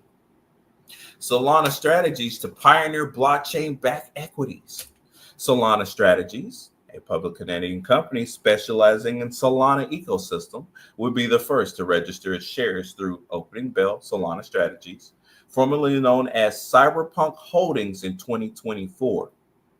It is the first public company to utilize Opening Bell, the firm, which holds more than 267,000 Solana tokens, is keen on investing in the Solana ecosystem, has now moved to establish a dual market presence. Solana Strategies had earlier established plans to uplist to NASDAQ. Other than its initiative on blockchain trading, the company's CEO, Leah Wald, highlighted the advantages of such an approach and noted that blockchain-enabled shares offer 24/7 trading, are instantaneously settled, and providing global access for investors. Listing our shares on Opening Bell reflects our conviction of the future of capital formation lies within programmable open infrastructure, Wald said. This approach enables deep liquidity and greater transparency for investors. Additionally, the SEC has already started implementing measures to support these innovations, which will include plans for a roundtable on tokenization in the next few weeks. Superstate's regulatory alignment is like earlier registration as a digital transfer agent. It has placed it in a good position and handle on emerging financial landscape. So it is a relatively good time to be investing in Solana and a couple of other chains. Because as I have been stating, for those people that are heavily invested in your old stock market and everything else, you better be investing into the blockchain, because as we see here is what's being promoted, the people that are on said blockchain are putting your stocks, tokenized assets, commodities, and everything else over there. So it'd be best for you to double dip your ice cream stick versus only having one stick of some yogurt. I'd rather have ice cream anyway. Tastes much better. So make sure that you're investing. Now, mind you, this is not necessarily financial advice, but this is just words of the wise from one man to another that's looking into how things are going. If you're investing into the blockchain as they're putting said stocks on said blockchains, then look at where your money's at. So if you're worried about if the overall marketplace is going to crash or take a hit and go to the bottom, I mean, look at where your other money is being transferred at. So that way, when it does go back up again, because that's what always happens to the marketplace, you know, traditional stocks, it always crashes at one point in time and then it goes right back up again. So as long as you eliminate your fear and you know that, you know what, once this does crash, it's going to spike back up. And because I've already invested on the blockchain of where it's going to be going on to, I'm not necessarily worried about it. And then once it crashes and the price goes down, that means that I can put more money into said stock and put money into the crypto area. So when it goes up, I got double my money. I mean, that's how you would look at it if you're outside of your emotions and you're wanting to move financially sound forward. Double dip. Hell, if you can quadruple dip, I'd say do like two. But to quadruple dip, that's where you need to get into staking, liquidity pools, also investing in said blockchain, like I said, and then continuously investing in whatever stocks and stuff that you have. That's 4 different ways for you to make money. Now you actually don't have to work for anybody, but I'm gonna leave that for other people. And that's it for crypto. All right, man. I appreciate you, man. Once again, folks, that's Crypto News by your boy. You're welcome. And here's the thing. Here's the other thing too. As we were talking, I just put $60 more into my Solana account. Just to let y'all know. I did that because, hey, if they're putting stocks, commodities, and all this other stuff on it, let me go ahead and hold on to some Solana for a little bit. I got don't some even staked. have an entire Solana coin. Mine is staked. Like that's what mine is too. Buying it, staking it, holding it. I need to find Solana liquidity pools. Thank you for giving me a project. Let me write that down real quick. Just by talking about it and thinking about it, because you said the word staked, and you know how I am with staking with liquidity pools. So let me find us a liquidity pool so that way we can put our money there. Yeah, boy. Yes, sir. So, but on to another note, you been following this Diddy stuff, Max? They said they in the day 3, or day Not 3 is really, on its way bruh. of jury selection. I kind of got Diddy out. I ain't hear anything about it. I ain't even bothered taking a look at it. Have you? No, I just saw Melanie King is on YouTube talking about it, but I mean, you know, I don't know if I want to really show this. I'm trying to see how long this video is. Hold on real quick. It's a 14-minute video. It might be a bit too long, but yeah, she's talking about day 3 because they're choosing a jury. They said one juror they had to strike because they were too pro cop. They struck another one because they had some connection with the Diddy documentary on Netflix, and had to strike another. They said one person on the jury vowed to be biased, even though she saw the Cassie Diddy video, and she said she was very shocked by it, and they kept her on the jury. It's a little interesting, man. Let me see something real quick. Might need to see what they talking about, man. Hold on real quick. I'm gonna see if I can get somebody else different than old girl talking about the Diddy trial. Maybe Anton's talking about it. That's a 19-minute video. Don't need that. A key witness revealed in the Diddy trial. What's this? Amber Rose went to every Diddy party and talks drugs. That's another 24-minute video. These videos too damn.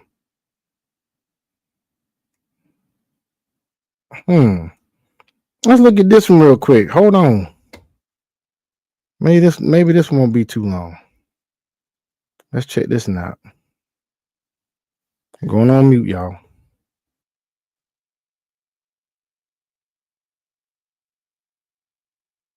This show is about to begin. potential jury pool from 600 to 45 people, from which the eventual pool, jury of 18 people will come. 12 actual jurors, 6 alternates. A lot's happened for the last 3 days. Tomorrow on Friday, they're going to finalize jury selection. We're going to have a jury impaneled going into the Give me weekend, just a moment. starting with opening statements on Monday morning. Derek, talk a little bit more about what's happened over the last 3 days and what we can expect over the next 2. Yeah, there's really been a flurry of activity.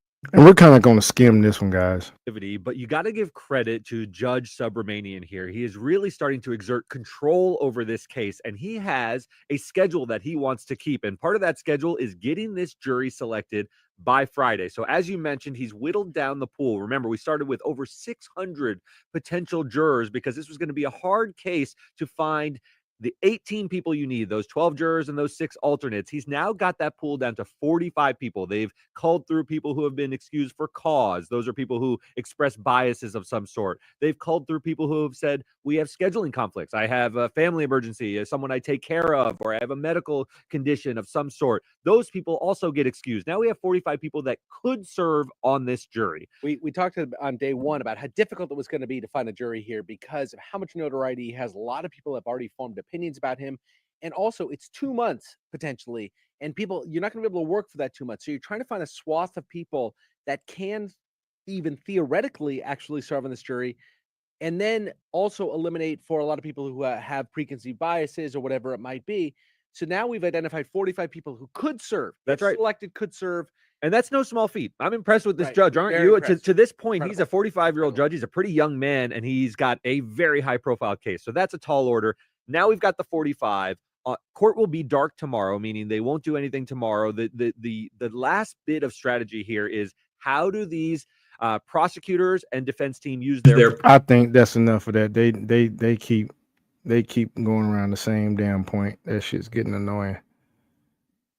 This is only 11 minutes. The jury trial for Sean Puffy Combs has started and things are not looking good. Has pleaded not guilty to multiple charges, including sex trafficking, and has denied all civil allegations against him. Now, sources say Combs' ex-girlfriend, Cassie Ventura, will be a central witness during the trial. Now, sources also tell CNN other witnesses expected to testify include his former sexual partners, a business associate, and a male sex worker. Now, as background, we know that Diddy is facing some very serious federal charges, including racketeering, transporting individuals for prostitution, sex trafficking, and also running a criminal enterprise. The stakes could not be higher. He's facing anywhere from 15 years to life in prison. And even though Diddy was one of the richest and most powerful people in the country, his destiny now lies in the hands of strangers. Diddy gonna get a 5-year sentence. So this is where the gamesmanship comes in, Stephen. I'll never forget something that when I was a young prosecutor, a veteran defense lawyer who'd been practicing 40, 50 years said to me something like, jury selection isn't just a big deal, it's the whole ballgame. I mean, these are the people who decide the case. Now, let's think about this from the defense side. Like you said, you're Sean Combs' lawyer. What are you worried about here? To me, it's pretty obvious. You want to avoid anyone who A, knows about this case, mostly everyone does, and B, just has their mind made up, has already come to some sort of judgment. There will be many, many questions asked of the jurors, the potential jurors. Have you heard about this case? Right. Have you formed any opinions? Could you still consider the evidence fairly? But look, the fact of the matter is this case has gotten an enormous amount of publicity. Sean Combs, since the indictment came down, has been the subject of all sorts of criticism, of jokes in the media. And I would be looking out for people who already had their minds made up against him and could not come in there and judge the case fairly and impartially. But the catch, though, Stephen, is a lot of people will say, oh, yeah, I could be fair and impartial. I could put aside everything I've heard. But this is where your gut instinct comes in as a lawyer. I tried a case against John Gotti Jr., right? Everyone had heard of the guy. Okay. A lot of jurors said, oh, I could be fair. But then it gets into that gut. Like, do I believe him? Am I sensing something weird that I don't think this person could be impartial? So defense is looking for people who've already convicted the guy. That attorney is absolutely right. The prosecution and the defense are now at the stage of trial that's called voir dire. They're picking the jury. Decades ago, a lot of old country lawyers would just tell the judge, give me the first 12 and put them in the box. But that is not how juries are selected today. People spend a lot of money nowadays on consultants, on investigators, trying to figure out who would be the best fit for our case, who would be the best juries for our side. The whole name of the game is to eliminate the jurors that you don't want on your case and to keep the ones that you feel might be beneficial. Some potential jurors have already been dismissed. There was a woman who was a survivor of an assault, and she said she didn't think she could be fair to Puffy considering her past. Another juror said that Puffy had so much money that he could just buy his way out of any situation. He was released from the jury pool. A third juror was released when he said that he worked for HBO, who has put together a documentary on Puffy's legal situation. It is critical that Puffy picks the correct jurors if he wants to win his case. Now, it's interesting that Puffy himself wants to go to trial. Him turning down a plea deal for a lesser charge, is that something to be expected? Should that be considered a surprise? What do you make of that? You know, it's an interesting little bit of last-minute gamesmanship here. It's not that uncommon for prosecutors to make an offer on the eve of trial. Now, the big question is, what were they offering, right? It's one thing if they were offering him 12 years. It's another thing if they were offering him 3 years or something like that. The fact that he said no, you know, I guess it depends again on what the offer is, but he's dug in. Look, he appears to believe he's got a shot at winning this trial. Otherwise, he would have taken that plea, because the downside here, if he loses this trial, Stephen, he's going to get 15 years minimum. And as you said before, up to life. So Sean Combs and his lawyer must have sat down and said, look, there's a chance to get out of this for less, but they're comfortable rolling the dice. Those are very high consequence dice to roll, though. That's exactly right. Puffy has turned down the plea deal that the prosecution offered him. Now, we don't know the terms of the deal, and maybe if Puffy was 23, 25 years old, he would have taken it. But at Puffy's age now, any type of 15-year deal, 20-year deal, I mean, that could represent life for him. So Puffy is going to put his fate in the hands of the jury. Now, they have brought in about 100 potential jurors. They're going to whittle that Yeah, because he an old joker now. down to about 45. Then they're going to whittle it down again to about 12, who are going to be the jurors who listen to the case and decide his fate. They're also going to select about 6 alternate jurors just in case something happens to one of the first 12. If you were Puffy's attorney, what type of juror would you want for this case? Having practiced over 20 years, I will tell you what I'm looking for. And it sounds I know who I would. If Puff Daddy, he doesn't want no woman or no man with kids. You probably don't want no gays either. Like no woman or men. You can get away with the gays because they will be sympathetic and be like, well, he was a down low brother, yada, yada, yada. But basically, they don't want nobody, or we don't want no woman. No straight man with kids. White man with kids. No white man with kids. That's right. No woman. Now, if it's a black woman, the younger she is, the better. Mm-hmm. Like the younger, like they want basically everybody who is middle aged and up. But my bad, that was my 2 cents. It's all good. It's bad, but this is how juries are selected. First of all, I want a man. I don't want any women on this jury. Now, 1 or 2 are going to slip by, but I'm going to fight to try to keep women off this jury just based on the allegations alone. Second, I'm going to want somebody relatively younger, maybe in the 30s to 45, someone who can kind of either relate to Puffy or relate to the culture. And then third, and this is where it gets tricky, I want black people on this jury. Now, black people are not a monolith. All black people are not the same. But if you choose younger black men, you will have a higher probability that they can relate, they can maybe sympathize to the culture in which Puffy was living. The last thing that I want is a 75-year-old great-grandmother who's white, who's going to hear the term freak off and clutch her pearls. Great-grandma is going to have to sit through a lot of bad evidence, a lot of bad testimony. And that's funny as hell. Need someone who can listen to all that and not flip out on me. Freak off. Oh my God, what's a freak off? Clutch of pearls. Well, it's when you get that baby oil. It's when you get baby oil. Stop, man. Stop. Just stop. Is choosing to testify under you get a doctor with the IVs. That, I guess from I'm not stopping the standpoint, but also just in general, what is the significance of that? She's ready to have her day in court. Yeah. She's ready to let everybody know, not just Diddy, but to let the world know what happened to her. When you are uncloaking that veil. I don't give a damn who you put in that goddamn jury. Cassie fucking being a witness, he's gone.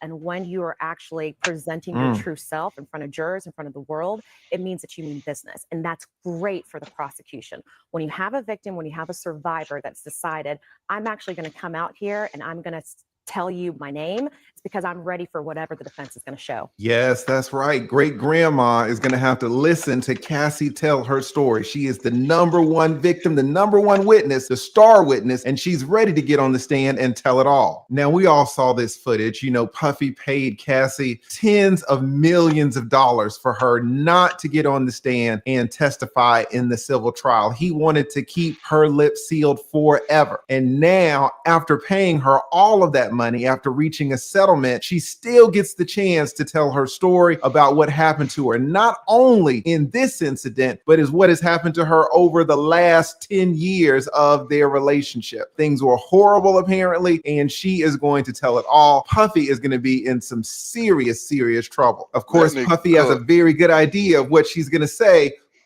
Oh, he well done, bro. It's well done. He damn near burnt, nigga. He burnt as hell. This nigga ain't never getting out of jail. You hear me? Ever. One of the reasons why he they're gonna have a goddamn TV show called Beyond Cook Straight, nigga. Goddamn, how fucking cook this nigga about to be, boy. Yeah, he cooked as hell. This nigga, they asking for meat. You know, Puffy just hoping for something that's medium well. They like, nah, nigga, this shit about to be burnt to the crisp. This shit gonna be. This dude, boy, finna be all that time he been doing all that fucking. He gonna get fucked. He going to jail and get fucked, boy. They finna boil him. They're gonna be like, fish, yo, fresh fish. They're gonna have some nigga in there and be like, yo, I got this oil from your own personal collection. I've been waiting for you, nigga. Hey, what if his old boy? What if his old boy from Boondocks waiting for his ass in there? You Like, like nah, it? that nigga gonna be like, goddamn, You look good. yeah. I like you. You recognize this lube? Yeah, this is one of yours, brother. Yeah, I paid about $20,000 just to get a bottle on this, and they said I specifically made sure you was in my cell, nigga. Now, bend your ass off. now, get ready to receive this gift. I want you to dance for me. Say, bad boy. Yeah, take that. We don't stop. Don't stop. Won't stop. Don't stop. Take that. Boy, they gonna fuck the line. They about to fuck the line. They gonna fuck the lining out of damn Puffy. They gonna fuck the line out of Puffy's ass, nigga. Puffy gonna come. If Puffy ever get out, he gonna come out switching, nigga. Yeah, that nigga gonna come out beyond. Switching, nigga. They gonna make a TV show called Beyond Switching Straight, nigga. That nigga won't be able to hold his shit. You know, that nigga won't be able to hold his shit at all, bro. That nigga. No, especially if it's up in the Northeast, it's a done with, son. Puffy, you getting fucked. Why you nigga, say? I'm Why sorry. you say that? Why you say especially if it's in the Northeast? Puffy fucked over a lot of niggas, bro. He has fucked over a lot of people. Like, that's something that a lot of people don't know. That Puffy in the New York area, he has fucked over a lot of people and a lot of family. And they Don't don't they have him in solitary behind that shit because people go after him? Ain't no telling what's gonna happen when he get convicted, bro. When you get what behind population they gonna have him in. See, when you get behind bars, bro, like, yeah, he's gonna be in a high profile area, bro. But if a motherfucker who got weight, they will get to you. They got the Harvey Weinstein's ass. What if R. Kelly tried to fuck him? Like, they got the Harvey. If they was able to get the Harvey Weinstein, they damn sure gonna be able to get the Puffy. They was able to get in front of Jeff. If they was able to get the Jeffrey Epstein, they damn sure gonna get Puffy, nigga. Oh, ain't nobody safe. Yeah, this nigga Puffy asshole about to be be on straight, nigga. Damn, boy. That shit gonna be redder than a goddamn a container of red Kool-Aid around this bitch. That nigga about to have Raw as fuck. That nigga about to have a hyena booty. No, a baboon A booty, nigga. baboon booty, yep. Yeah, He gonna have a nigga. That nigga. baboon booty. Gay. This video. It's so difficult to reflect on the darkest times in your life. Sometimes you Check gotta do your that. capping ass up, nigga. I was Fuck out of here, yeah. nigga. And I hit rock bottom. Your hairline hit rock bottom, nigga. Behavior on that video is in. I take full responsibility for my actions in that video. And the judge has already said that they are allowing that video in his trial. So when he says he takes full responsibility, the jury's going to hear that. The jury's going to say, okay, well, let's give you some responsibility. Man, this nigga here is fucked, dog. Oh, them pizza boxes. He couldn't hide them pizza boxes, nigga. No, the pizza boxes was piece. He said destroy the pizza boxes, right? Them drugs, wasn't it? No, the pizza boxes was evidence that's gonna go against him, his ass. It's basically probably videos of him. Videotape. Yeah, Well, they videos of him doing shit. probably got a lot of shit, man, when they raided him, dude. Well, if he didn't know that shit was gonna happen. Now here's the thing. If they would have had a lot of shit, he would have taken the plea deal. So it's telling me, like, I don't know the case, but it's telling me there's some part of their case is weak as fuck, and they know it. Well, a lot of this shit gonna be on the up on out and about. Like, I ain't seen the Epstein list. You said the Epstein list dropped, didn't it? Didn't you say that, bro? And he's gone silent. I'm disgusted. I was disgusted then when I did it. I'm disgusted now. I went and I sought out professional help. I had to go into therapy. Oh, here we go. Rehab. Had to ask God for his mercy and Yeah, I love when they put God in it. grace.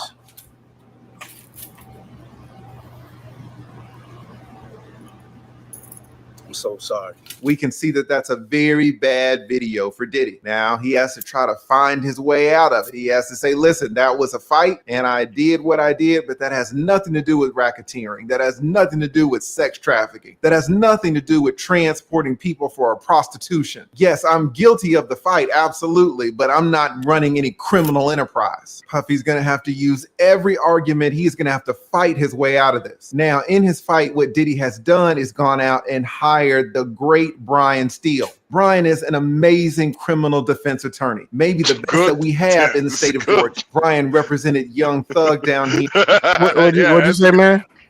Great fucking lawyer. I'm gonna be real with you. Young Thug was guilty than a motherfucker, boy. But that was his lawyer too. It was just how that nigga was, man. Do you know the reason why Donald Trump was able to get the shit, like was able to kind of really get off at the Georgia case? Because it was that Georgia case, it was so fucked up that it was, he didn't do nothing illegal. It was just how they have everything set up was just like, yeah, this is gonna be a hard fucking case for him to beat. What I got to do with Brian Steele? Was Brian Steele his lawyer? No, Brian Steele was the lawyer that gave Donald Trump's lawyer all the information against Fannie Willis. Okay, I got you. Yeah. So in other words, motherfucking Diddy got him a good lawyer. Nigga, Diddy got him the best lawyer money can fucking buy, baby.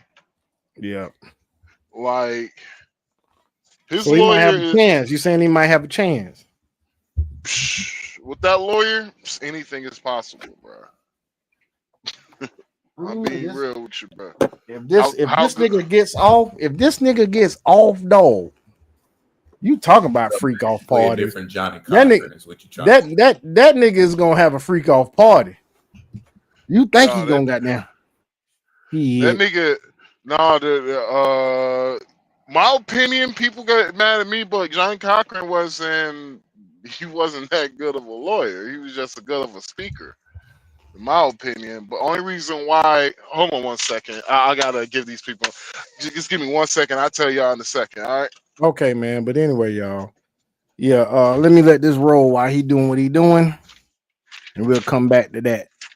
Here in Atlanta and got Thug an amazing deal. He is one of our state's best. I've known of him back when he had black hair. In fact, he represented my best friend who was facing allegations of assaulting a police officer. The police department made up all types of allegations against my friend, and Brian Steele got the entire case dismissed. He is an amazing criminal defense attorney, and now he is working for SHUN Diddy Combs. Further, Puffy has also hired Nicole Westmoreland. Nicole also represented a co-defendant of Young Thug in the Young Thug trial. She and Bruce Harvey worked together and got an amazing deal for their client, Nichols. They represented Nichols. You'll see Bruce Harvey in a second. Bruce Harvey is actually the Brian Steele of that generation. But Nicole Westmoreland, an amazing attorney. Puffy has just hired her, and I know she's going to do an amazing job. He is kind of raiding the Atlanta criminal defense bar. Now, here's Bruce Harvey, who's an amazing criminal defense attorney, and you can see how small Nicole is in stature by comparing her size to Bruce's. Now, this is interesting because Nicole is actually a survivor of sexual assault herself. We can see here it says that Nicole, who joined Diddy's team, was violated in 2001 when she was only 19 years old. She was working with a firm that specialized getting suspended driver's licenses established again. According to Nicole, the VP of a record label, Brian Williams, you know who that is, Birdman, and another man called Stone called her to a recording studio to make a pitch. On one of the nights, she attended the studio with 3 of her friends. There was a party going on in the studio. 2 of the men in attendance, and Alfred Cleveland, a friend of Ronald Williams, who was Brian's brother. Nicole said that while they were at the party, she wanted to use the restroom. Cleveland then offered to show her where it was, and instead of leaving her alone, he forced her inside the room and allegedly raped her. Now, unlike a lot of victims, Nicole went straight to the police. Cleveland was arrested and later pleaded guilty to the charges of rape and aggravated assault. I know for a fact Nicole is going to be an amazing addition to Diddy's team. She is a renowned criminal defense attorney here in the state of Georgia. Stay here for the latest updates as we cover this insane trial. So, yeah. So what you were saying earlier? I forgot. What was I saying? Y'all remember what I was saying? I forgot. Nigga. No, we was talking about Brian Steele, and we was also talking about okay. Yeah. Johnny Cochran, in my opinion, the only reason why Johnny Cochran knew that he was going to win is because he knew OJ actually didn't do it. Okay. Do you know who did it though? No, I do not know who did it. His son. His son was the only one to be able to do that shit. OJ's son? Yep. Because killed his own mama. No, that wasn't his mother. That was his stepmom. Oh. So you think OJ's son did it? Yeah. Okay. Yeah, it was his stepmom. And so yeah, it was his son because it was just the one detail that never made sense to me was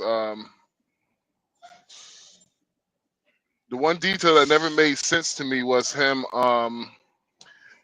it said he hopped a 7-foot fence. Mm-hmm. And I was just like, at OJ knees were shot at that time. Like the nigga played how many years in the NFL? Shit, I can't remember. I want to say about 12 to 13, maybe 14. Maybe his even knees 15. were shot. It was physically impossible for him to make that jump. Yeah, because his knees were shot. the details of OJ in that case, he hopped the fence. Basically, he hopped the fence, and he was basically like you ever jumped over a fence and you use your one hand and you just hop over. That was basically what it was, but it was a 7-foot fence and shit.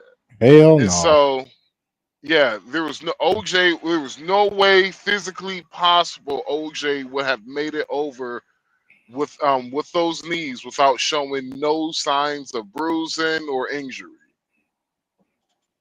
Yeah, no way. So, and also the DNA test did come out a match, but it never specified how much of a match it was. Was it a match to where, yeah, it's a match for his DNA, but it's not him. It's just a DNA match, but it's a DNA is it a DNA match for a relative of his, or is it a DNA match or just specifically him? The DNA test result never really said it was specifically him. It's the only person I could think of who was athletic enough at that time, who was young enough at that time, who was strong enough, who had the not only who had the motive to do it, but had the will, had the opportunity, was his son. That does make sense. Yeah. And people I have said this too, they was just like, just off of that one fact of OJ's niece. I was like, yeah, just off that one fact. And he was a what? And he was a diabetic too.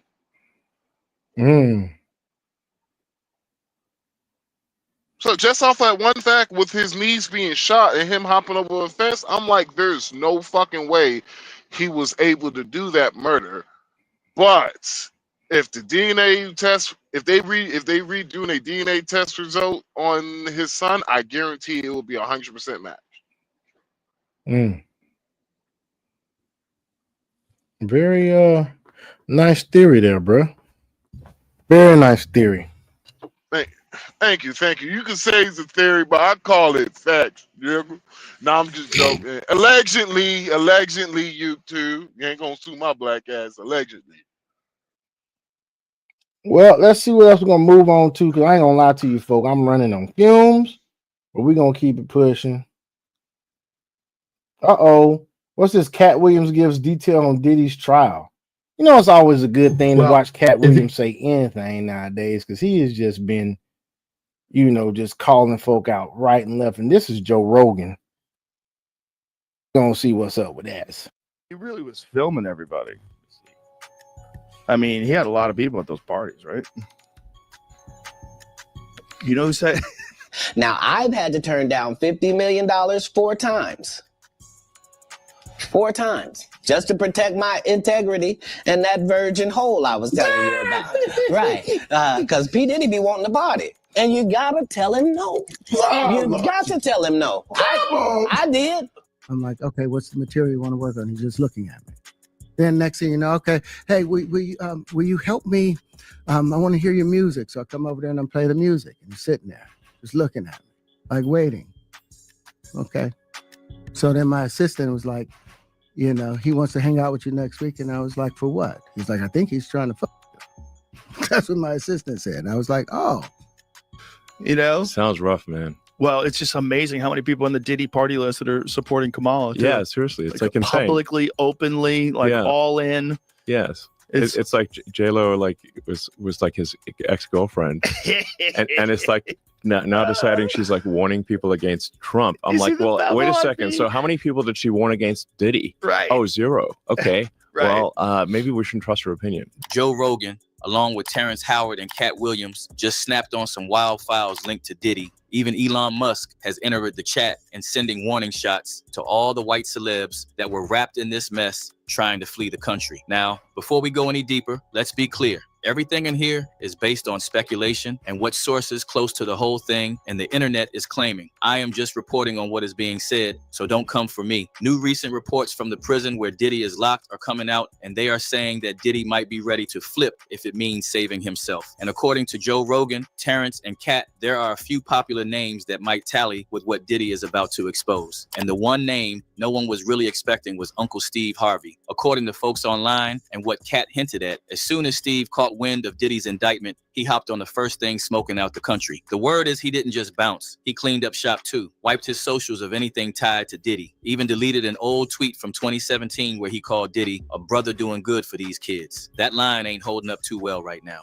And the situation gets moving like everything was smooth. He was vacationing in Exactly. Italy with Diddy and Lori Harvey, who was dating Diddy at the time after she dumped Diddy's son Justin for him. Just nasty. But what really got folks uneasy was a photo of Lori rocking white nail polish. Might seem small, but if you've been keeping up with this Diddy case, that detail is very horrific. In her lawsuit, Cassie said Diddy made all the women around him wear white nails. The reason? When the freak-off happened, the contrast, it popped against the skin of his black ex-workers. According to her, this was all for his twisted recordings that he kept. What's even crazy was that Young Miami had white nails too, even Diddy's mom. Now that's got folks wondering, did Steve really not know? Or was he getting close to Diddy for power moves in Hollywood? Because at the time, Diddy was a billionaire, the CEO of Revolt TV, and had connections to big producers. This is why streets are saying if Diddy talks, folks might finally find out why Steve dipped so fast. Then you got Meek Mill. Since the arrest news dropped, Meek has been mad quiet, which is weird because he and Diddy got history. That video of Meek in the pool, Diddy calling him daddy and saying he loved him, yeah,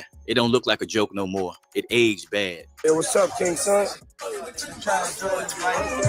Man, you doing it, man. You deserve it, daddy. You putting in that work. Proud of you. I love you. Yeah. Time out. And name. What, man? What? Because he calling him daddy, man. Yeah, no. Ain't the one that's calling him daddy is the problem. It's him saying he put in that work. What type of work you put in, Meek Mills, nigga? On the You already dick know. side of the game. You already know, dog. We got that dookie dick. You already know. Or it's that dookie dick and that nigga sink when he swims, nigga. He don't float like regular niggas. You see the bubbles coming up from up underneath the water. Yeah, coming out a certain place. Them butt the bubbles. the nigga sink ass first. Hell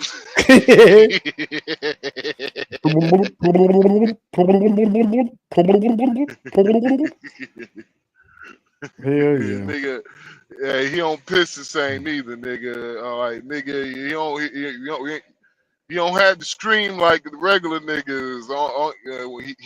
When he piss, the only thing you hear is that is it. That's all he does. Nigga. He just had one big ass piss drop. Like, boy, you dumb. Boy, you I'm dumb. done. Boy, you dumb. I'm finished. Man, that was a big one, boy. Like, God damn. Said it roll out of them quick, huh? Don't stay in there long. Nigga was just like, man, I drank some prune juice for lunch. God damn.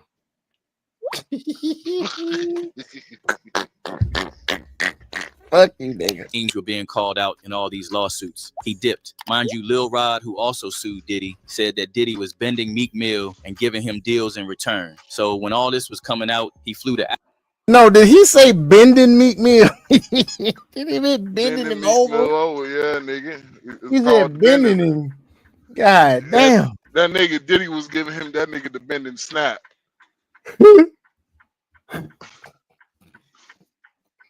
Oh, that dude, that was goddamn running all up in folk, boy. Women, men.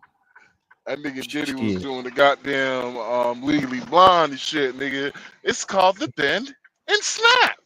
That ass nigga. Hey, he gonna be one of them dudes who always say, ain't nobody ever gonna do it like I did it. Hell no, ain't nobody gonna do it like you did it. You nasty motherfucker. Africa and was posting cryptic tweets. Hey, One even put in said a lot of he'd work, pay Daddy. $100K to whoever helped him figure out who's trying to connect him to Diddy, but the internet ain't letting up. They say Meek's just doing damage control because he might have been caught on some footage that the feds picked up. If that's true, it's only a matter of time before the truth is revealed when the case starts. Meanwhile, folks saying he's acting like he don't know what's going on, but that front ain't fooling nobody. Similarly, Usher has also been panicking. Usher has been around Diddy since he was a youngin', and his name came up because of how deep he was tied to Diddy back in the day. See, when Usher was just 13, he was part of what they call Diddy's flavor camp. And now people are saying Diddy had Usher in some wild situations. And do y'all remember what Diddy's ex-bodyguard Gene Deal said? According to Gene, Diddy sent Usher to the hospital bleeding from, you know what? If you don't mind me asking, because I know the topic is sensitive, what happened to Usher? I heard about some music executive from the industry back in Harlem. You know, I heard it from some music executives back in Harlem. And I'm not going to speak on their name. They doing programs and everything like that, and they may be doing some. They may speak on it themselves. But I heard it from some music executives. Where did you hear it? Bro, you know how people be talking, and we was around some people, something like that, and then some people might say, "Yo, I don't F with that dude." And at the time, I didn't even know who the F Usher was. You know what I'm saying? It was one of those type of situations. And when people say, "Yo, man, I don't F with them. I'm getting out that industry and everything like that." You know, Puff sent this little kid to the hospital. How he sent him to the hospital? Man, nigga was bleeding from the, and that's what was said. But I didn't even have a name for the kid at the time. Then you hear it, and that's what happened. So, and just to hear this, and this new thing where they saying that they got kids coming forward and said that he did that, man, that shit is crazy. And like I just said, that's just something that I heard. And just when you thought that was enough, there's that old Kevin Hart interview with Diddy. In it, It's Diddy's hard for joking me to about waking say up in this. bed with It's Usher when they coming were from younger. the At the time, heart. folks laughed My it off. asshole's burning. Did he pull the shit apart? Boy, you stupid, man. But now, with all this coming to light, nobody's laughing. If Usher got wrapped up in any of that, he better get his legal team on speed dial. That's my brother right here from day Think one. He used to that wake up. you should let it Damn, pause, but like, hurt. check this out. Your booty I hurt. mean, back in the days when he was like 10 and I was a little bit older, Then you got Jay-Z. He and Diddy been tight for years. Business, parties, all of that. But where it gets shady is around a woman named Kathy White. Word is, she was Jay's mistress, and she allegedly passed away after getting pregnant by him. Folks always whispered about it, but now the streets are saying Diddy might know something. Maybe even got tapes. But that ain't the only situation Jay's name got dragged into. You remember a few months ago? That lawsuit popped up where an unnamed woman accused both Diddy and Jay-Z of SA, said it happened after the 2000 VMAs at some high-profile party in an NYC residence. But when the facts started unraveling in court, things got shaky. The woman claimed her father picked her up after the alleged incident, but when he testified, he said he didn't remember anything like that.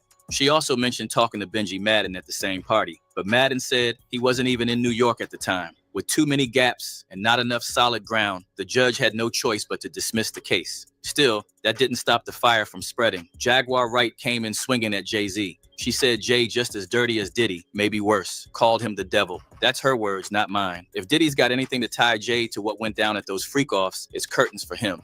I have 3 right now who are willing to give testimony about not only what Mr. Carter has done to them, but his wife as well. They're a nasty little couple. They do nasty things. What do you think happened with Kim Keeping Porter? people against their will. Putting people on planes while they're unconscious. Just like Aaliyah got on that plane. Unconscious. There's a lot of things that people don't want to talk about with him. She doesn't have a picture with him. I'm smarter than Claudia Jordan. I would never take a picture Pause with the that. devil. Hold on. Pause for a second. Hold on. I'm not gonna let Jaguar Wright put okay. So the Aaliyah shit. I actually talked to one of the pilots who was friends of the pilot who fucking died. He basically was just like they came down shopping.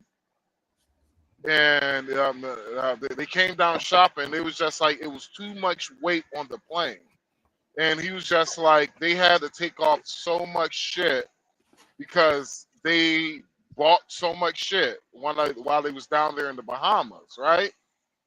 So the plane was too heavy. The pilot thought he thought he could do it. Long story short, it was just the plane was too heavy, and it went. That's all that shit wrote.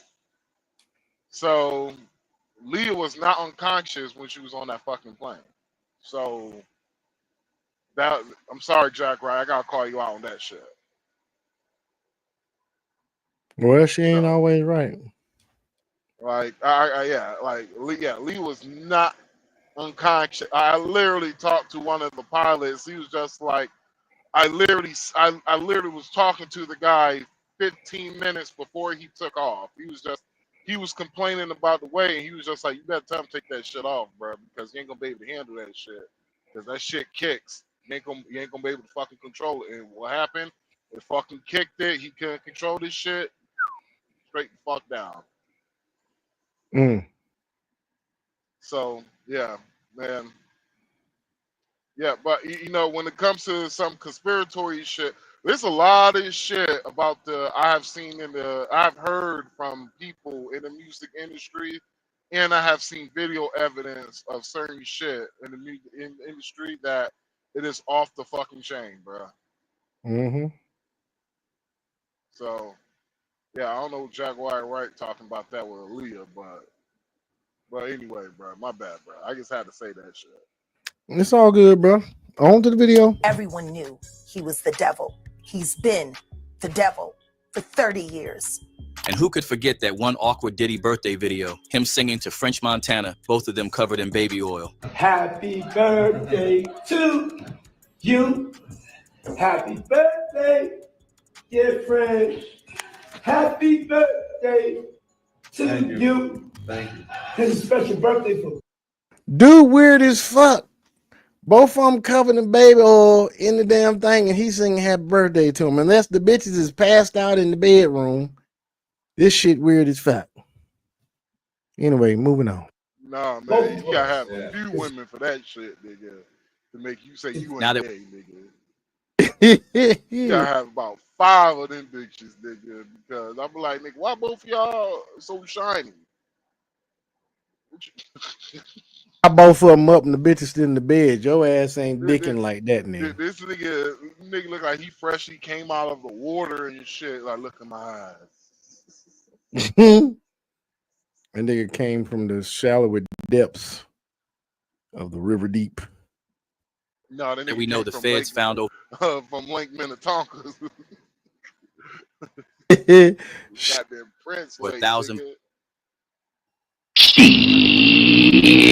bottles of baby oil in Diddy's crib. That whole moment feels different, and it don't stop there. Jennifer Lopez got brought up too. Back when that club shooting went down with SHUN, it's been said J-Lo knew the real story. According to sources, she was allegedly the one who carried the strap in her purse and then lied to the grand jury. The irony is, there was a grand jury. We all had to go and speak at the grand jury. J-Lo testified at the grand jury, as did many other people. It needs to be reopened, because if that is in fact the case, she carried the gun in and she lied to the grand jury. It needs to be reopened.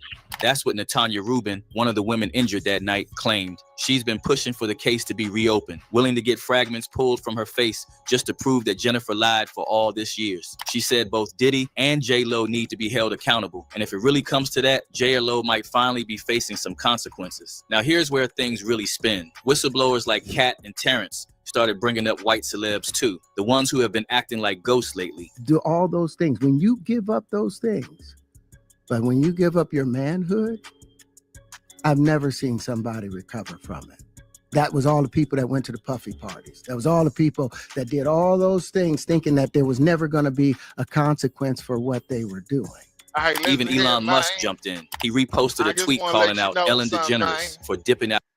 Hey, Batman. I need to let you know, Batman, there's a man over there and needs some help on Main Street, man.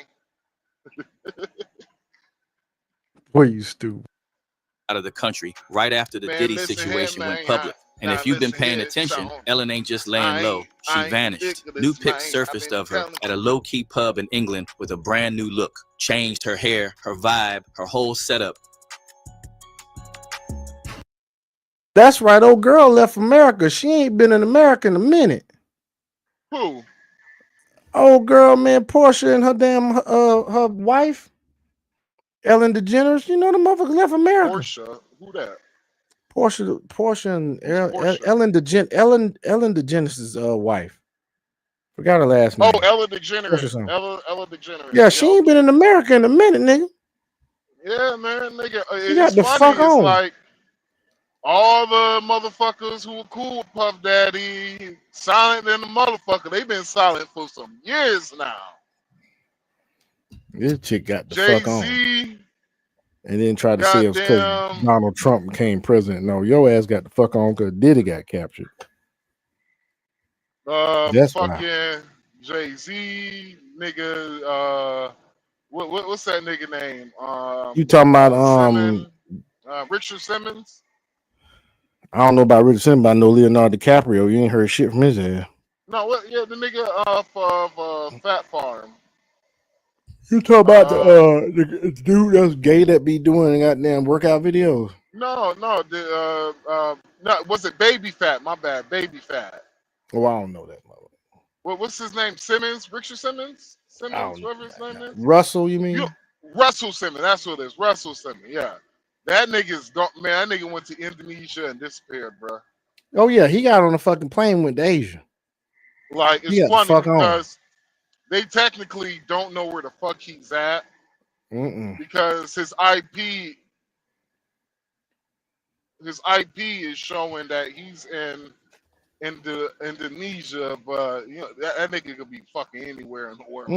He got a VPN, nigga. That nigga could be in the goddamn Everglades with. It ain't nothing to get a VPN, nigga. I got a free VPN while I was down in DR. No, it ain't shit to go get a VPN. The level shit he got, that level like governmental encryption shit. You don't even need to get that shit. You can get a regular one. No, you get like it's like say example, right? You just gotta play the premium fucking plan. So example, whatever they sell you on the market, the government probably already has the counter to find your shit on the market. Now, for me, I'm talking probably like those goddamn, those hackers and shit. That'd be like Mr. Robot type of hackers and shit. And so I believe Russell Simmons, he probably got somebody like that. Don't even know where his VPN is at, nigga, because he is literally gone. There's really no proof that he's in Indonesia. Besides them saying that he took an airplane to Indonesia.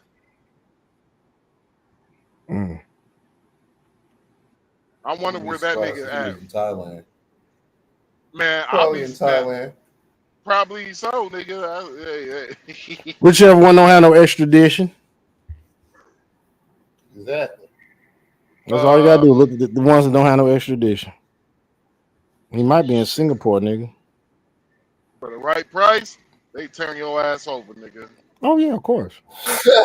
Sure will. That's a given. Shit, they be like, how much? $500,000? Shit. You want us to bring him to the airport?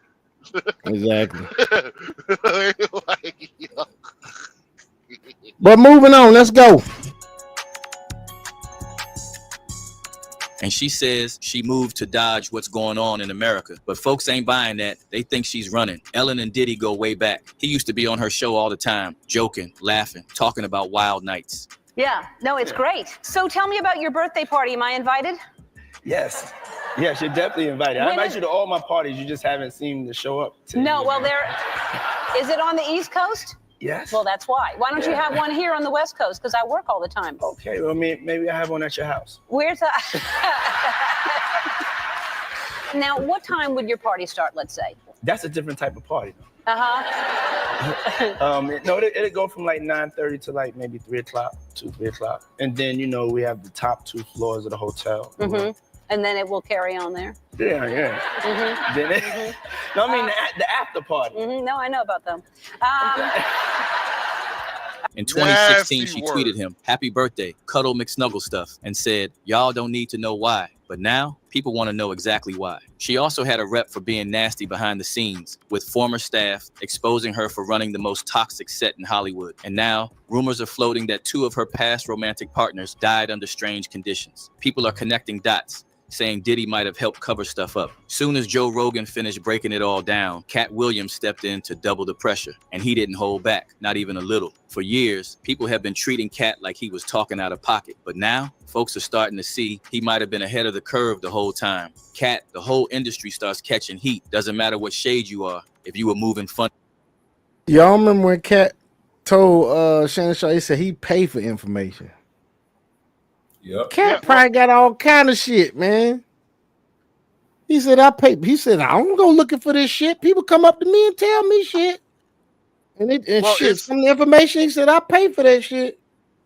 I believe the FBI probably had an informant getting information from getting information from that nigga to figure out all of Diddy's fucked up degenerate bullshit he was doing. Ain't that Allegedly. right, Stevie? Ain't that allegedly? Ain't that right? Allegedly, Stevie J. Allegedly. Not All I'm Stevie J. saying, Stevie J, is you was loud. You was loud for this nigga. Then you was quiet. You ain't heard shit from Stevie J. Haven't heard shit. Even when all this shit was going down, you was the only one that was loud as fuck, talking about I don't believe this shit. Like you know what I'm talking about, Stevie J. Don't act like that. Stevie J around there goddamn quiet as hell. But you can't blame him being quiet. You gotta understand this man faked the marriage with a chick. You know what I'm saying? Damn. He faked the marriage. Yeah, with Jocelyn, that was a fake. He ain't had no marriage. He wasn't never married to that bitch. Faked the marriage with a bitch for some celebrity. So ain't no telling what this nigga done done. Right. We'll see, dude. But hey, what? Huh? No, what's funny is that these motherfuckers on Love and Hip Hop is always in the studio, never release an album. I'm still waiting for one. Mm-hmm. Cardi B been the only ones, man, because she left the show. Everybody else, shit. Cardi B fucked her way up, nigga. Hey, She did, but she at least left the show. And she got some. She started making money. Money behind the scenes. All of these big dick deviants is all catching hell in 2024. It's up for all of them. It don't matter if you Diddy or whoever you is. We also have Leonardo DiCaprio on this list. As soon as the story started unraveling, Leo was on a plane headed straight to Italy. He said it was for vacation with his new girlfriend, but the timing, it was too convenient because old pics from Diddy's East Hampton crib in '98 resurfaced with Leo just chilling in the cut. You know, I think part of why Kamala is getting so much support is that if Trump wins, that Epstein client list is going to become public. And some of those billionaires behind Kamala are terrified of that outcome. Now, people are wondering how deep that connection really went. Word is, Leo and Diddy were real tight in the 2000s, with Diddy even calling him his #1 invite to the infamous white parties. Who's the person that's #1 on that invitation list? Leonardo DiCaprio. And I can get on that list, Yes, right? without a doubt, you are invited. And just like that, Leo's team started pushing back, saying they haven't spoken in years. Then you got Ashton Kutcher, who also started moving different. His old MTV ties to Diddy run deep. They ran the New York Marathon together. He was at the 2009 white party.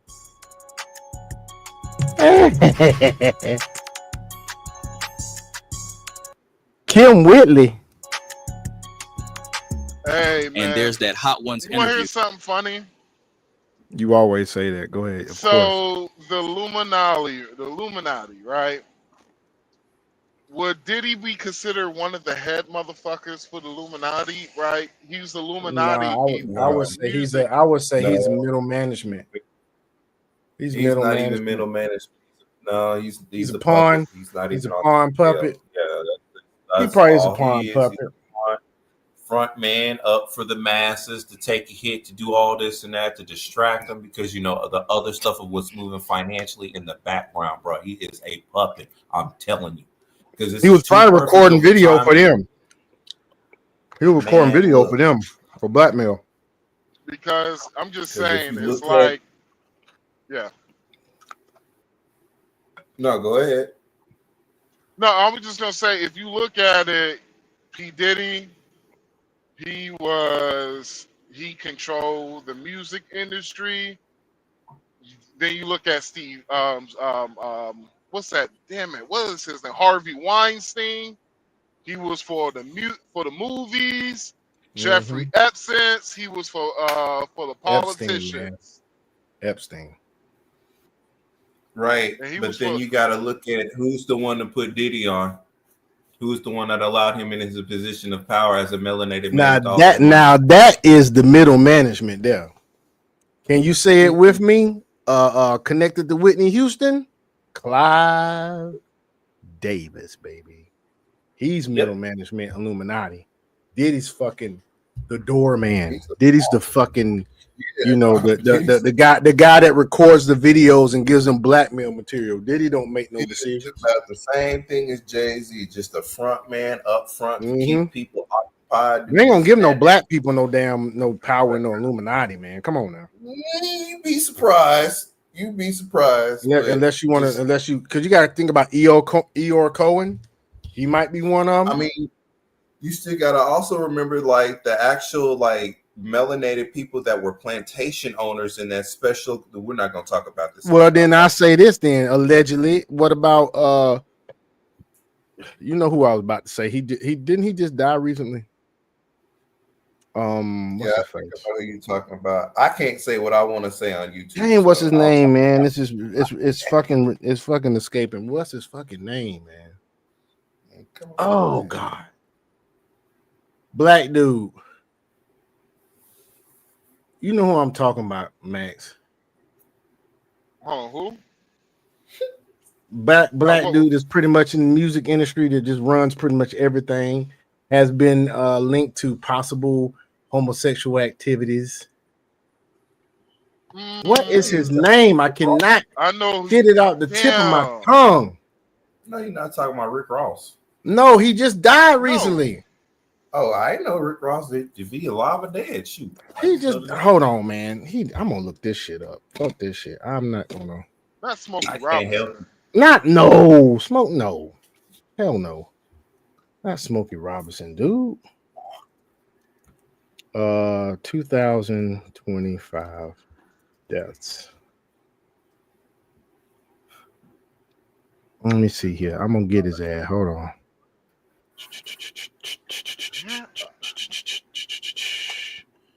Yeah, the Pope done died already. Yep. Now they got the first American Pope, which I don't think is a good idea. You gotta think of what countries out there have gone that look like they're going to hell faster than anybody else.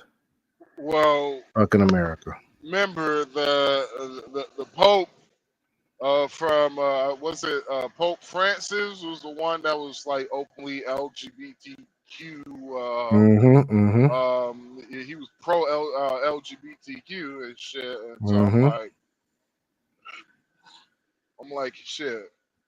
Like you already see how the Catholic Church is going. So I don't know if this new guy is though. you got a Catholic woman on The View supports abortion at the DNC. Fuck out of here.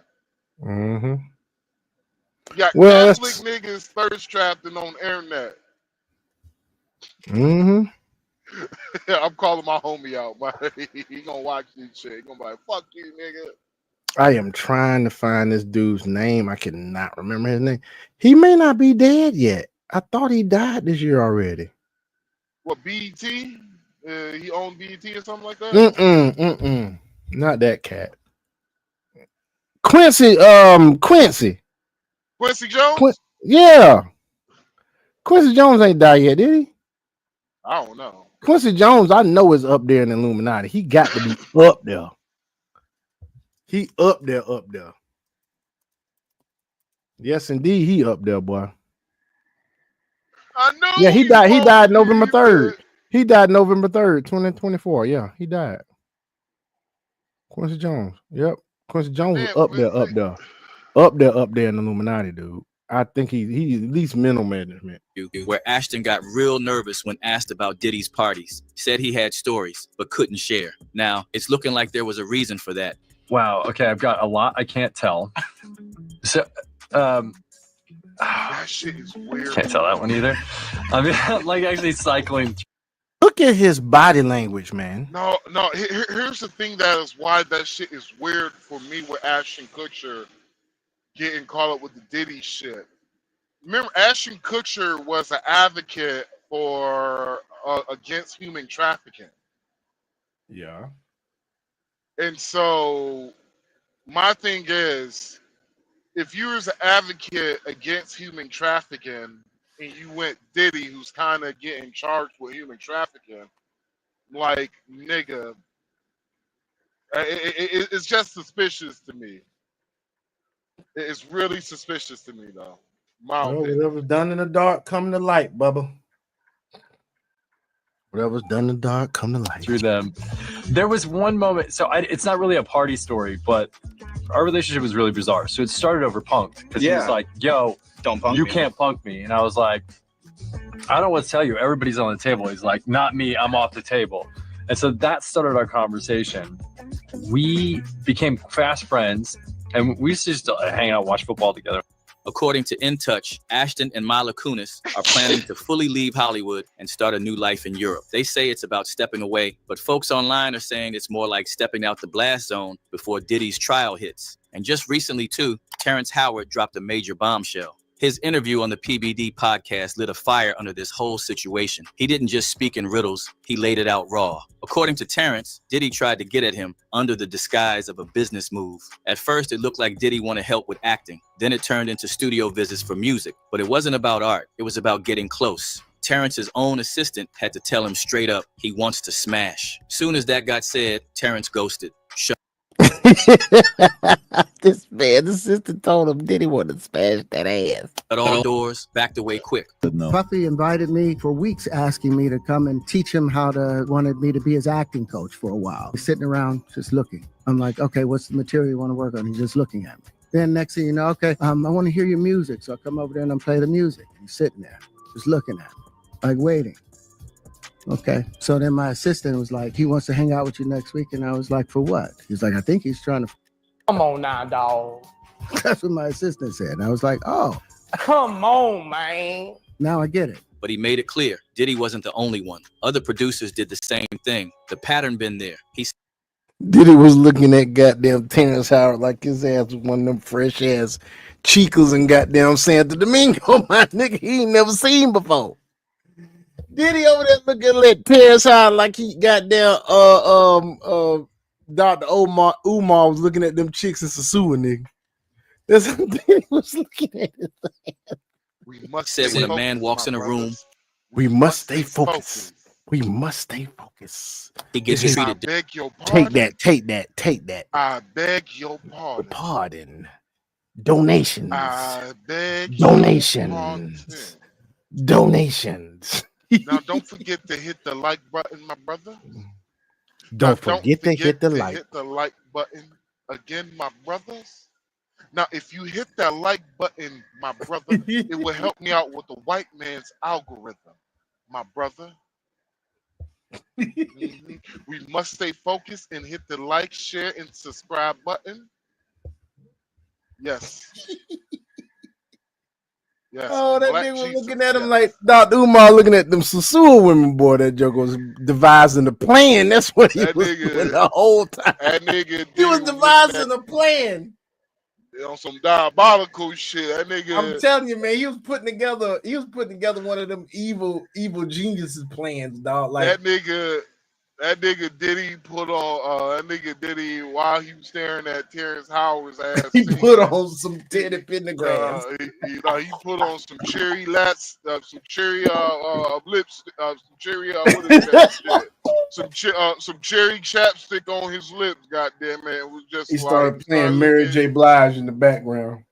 No, this nigga Terrence Howard was just like, we not ordinary people, man. No, that nigga said, hey man, what you looking at, man? Man, what you looking at, man? Man, you know, man, I don't like when you look at me like that, man. You know what Usher said to Diddy? What? Usher was just like, it's hard for me to say this. It's come from the heart. My asshole's hurting.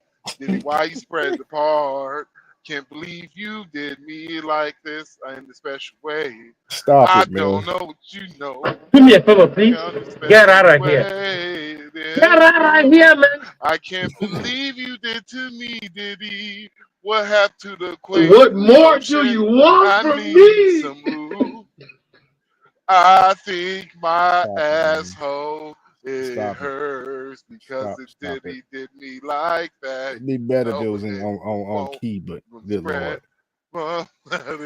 And when you push back on those shady vibes, you don't get invited back. So now no more communication. Now you know to be hands off with somebody. A number of producers come in and make the approach, and you punch them in the mouth, knock their head off for talking to you like, or looking at you like you're a woman. You know, when you approach a real man about his masculinity, you're going to get a real reaction back. It's a difference when a guy walks in a room and when a man walks into a room. And a man don't take the same things that a guy will accept. So always be the man in the room.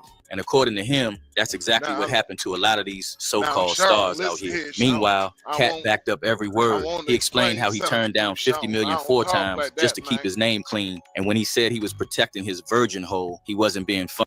I'm not stopping the video, dog. Funny, he meant that. Now, I've had to turn down $50 million 4 times. 4 times just to protect my integrity and that virgin hole I was telling you about. Right. He also said folks don't realize what they're agreeing to when they chase certain deals. Diddy, according to Cat, been trying to get close for years, but he always said no. Because P. Diddy be wanting the body. And you gotta tell him no. You got to tell him no. I did. I did. Then the convo circled back to one thing a lot of people been whispering for years: the dress agenda. That whole narrative about Hollywood pushing black men into feminine roles before they hit the top. Cat, Terrence, and Dave Chappelle have been calling it out for years. Terrence said that's why he got pushed out of Iron Man 2. It wasn't about money. It was because he didn't fit the mold. He wasn't trying to wear no dress or play no watered-down version of himself. Cat had the same experience. According to him, Martin Lawrence tried to get him in a dress for Big Mama's house too, but Cat wasn't with it. According to Cat, he told Martin he wasn't the one they were looking for. They needed Brandon T. Jackson instead, and that's exactly who they went and got. Cat said he had all the work lined up, but he just wasn't willing to wear the dress. Martin tried to put me in my first dress. When he had to go on his hiatus, he tell me, Cat, when I come back, I need you. You my young partner, you my brother in comedy. When I come back, just promise me that my next movie, it'll be me and you. We gonna do it together. We gonna do some buddy cop shit. I said, Martin, you got my word. Go do what you gotta do. When you come back, I'm in your movie. Don't trip. I don't need to see the script or nothing. You know, we get in that office and this fool pull out Big Mama's house too. He called out Kevin Hart too. Kevin once said he'd never put on a dress. Never ran into to put on a dress. I mean, you know, you have to have. He put one on Saturday Night Live. You have to have boundaries. You have to have limits that you refuse to cross. But next thing you know, he's on SNL doing just that. And then his career blew up after. The new pope is 9-year-old Oscar nominee, Kavenshané Wallace. Cat ain't saying that was a coincidence. He said that's the game. You either dance with the system or they keep you out. So, you know, some of us make choices. I think it's not a biggest choice for others. I'm saying at the end of the day, Kevin doesn't have to worry about what people are going to say about him wearing a dress because of the long line of dress wearing people before him. So now we have Big Mama's house 1, 2, and 3. Yeah. I've never seen Medea in a pantsuit. I think she wears dresses. So now I'm saying, why are we picking on poor little Kevin Hart? Because it was his turn next. Okay. Some of us are against the Illuminati, and we are against the Illuminati at our own detriment. Even Dave Chappelle told Oprah that same story about how they tried to get him in a dress. He wasn't with it either. And we all saw how he bounced to Africa right after that. No, I'm not doing that. I don't feel comfortable with that. That should have been in a discussion. What? You don't feel comfortable with it? I mean, it's a hilarious bit. All the greats have done it. But Cat's point was clear. Some folks are down with that agenda, and some walk away broke just to keep their dignity. And trust the internet has a lot to say. Everybody's gonna come out the woodwork saying, I never associated with Diddy, yet we all know Hollywood loves Diddy parties. Another said, I hope the Epstein and Diddy lists get released and all these evil people go to jail. Now, as we slide toward that May 2025 trial, this whole thing feels like a countdown. So what's your take on this wild unraveling? Drop your thoughts. Well, folks, that's it for that. As you can see, everything is drumming up. Stuff is getting exciting. Yeah, Stuff is going crazy, man. Man. Everything gonna be all right. It's gonna be well, man.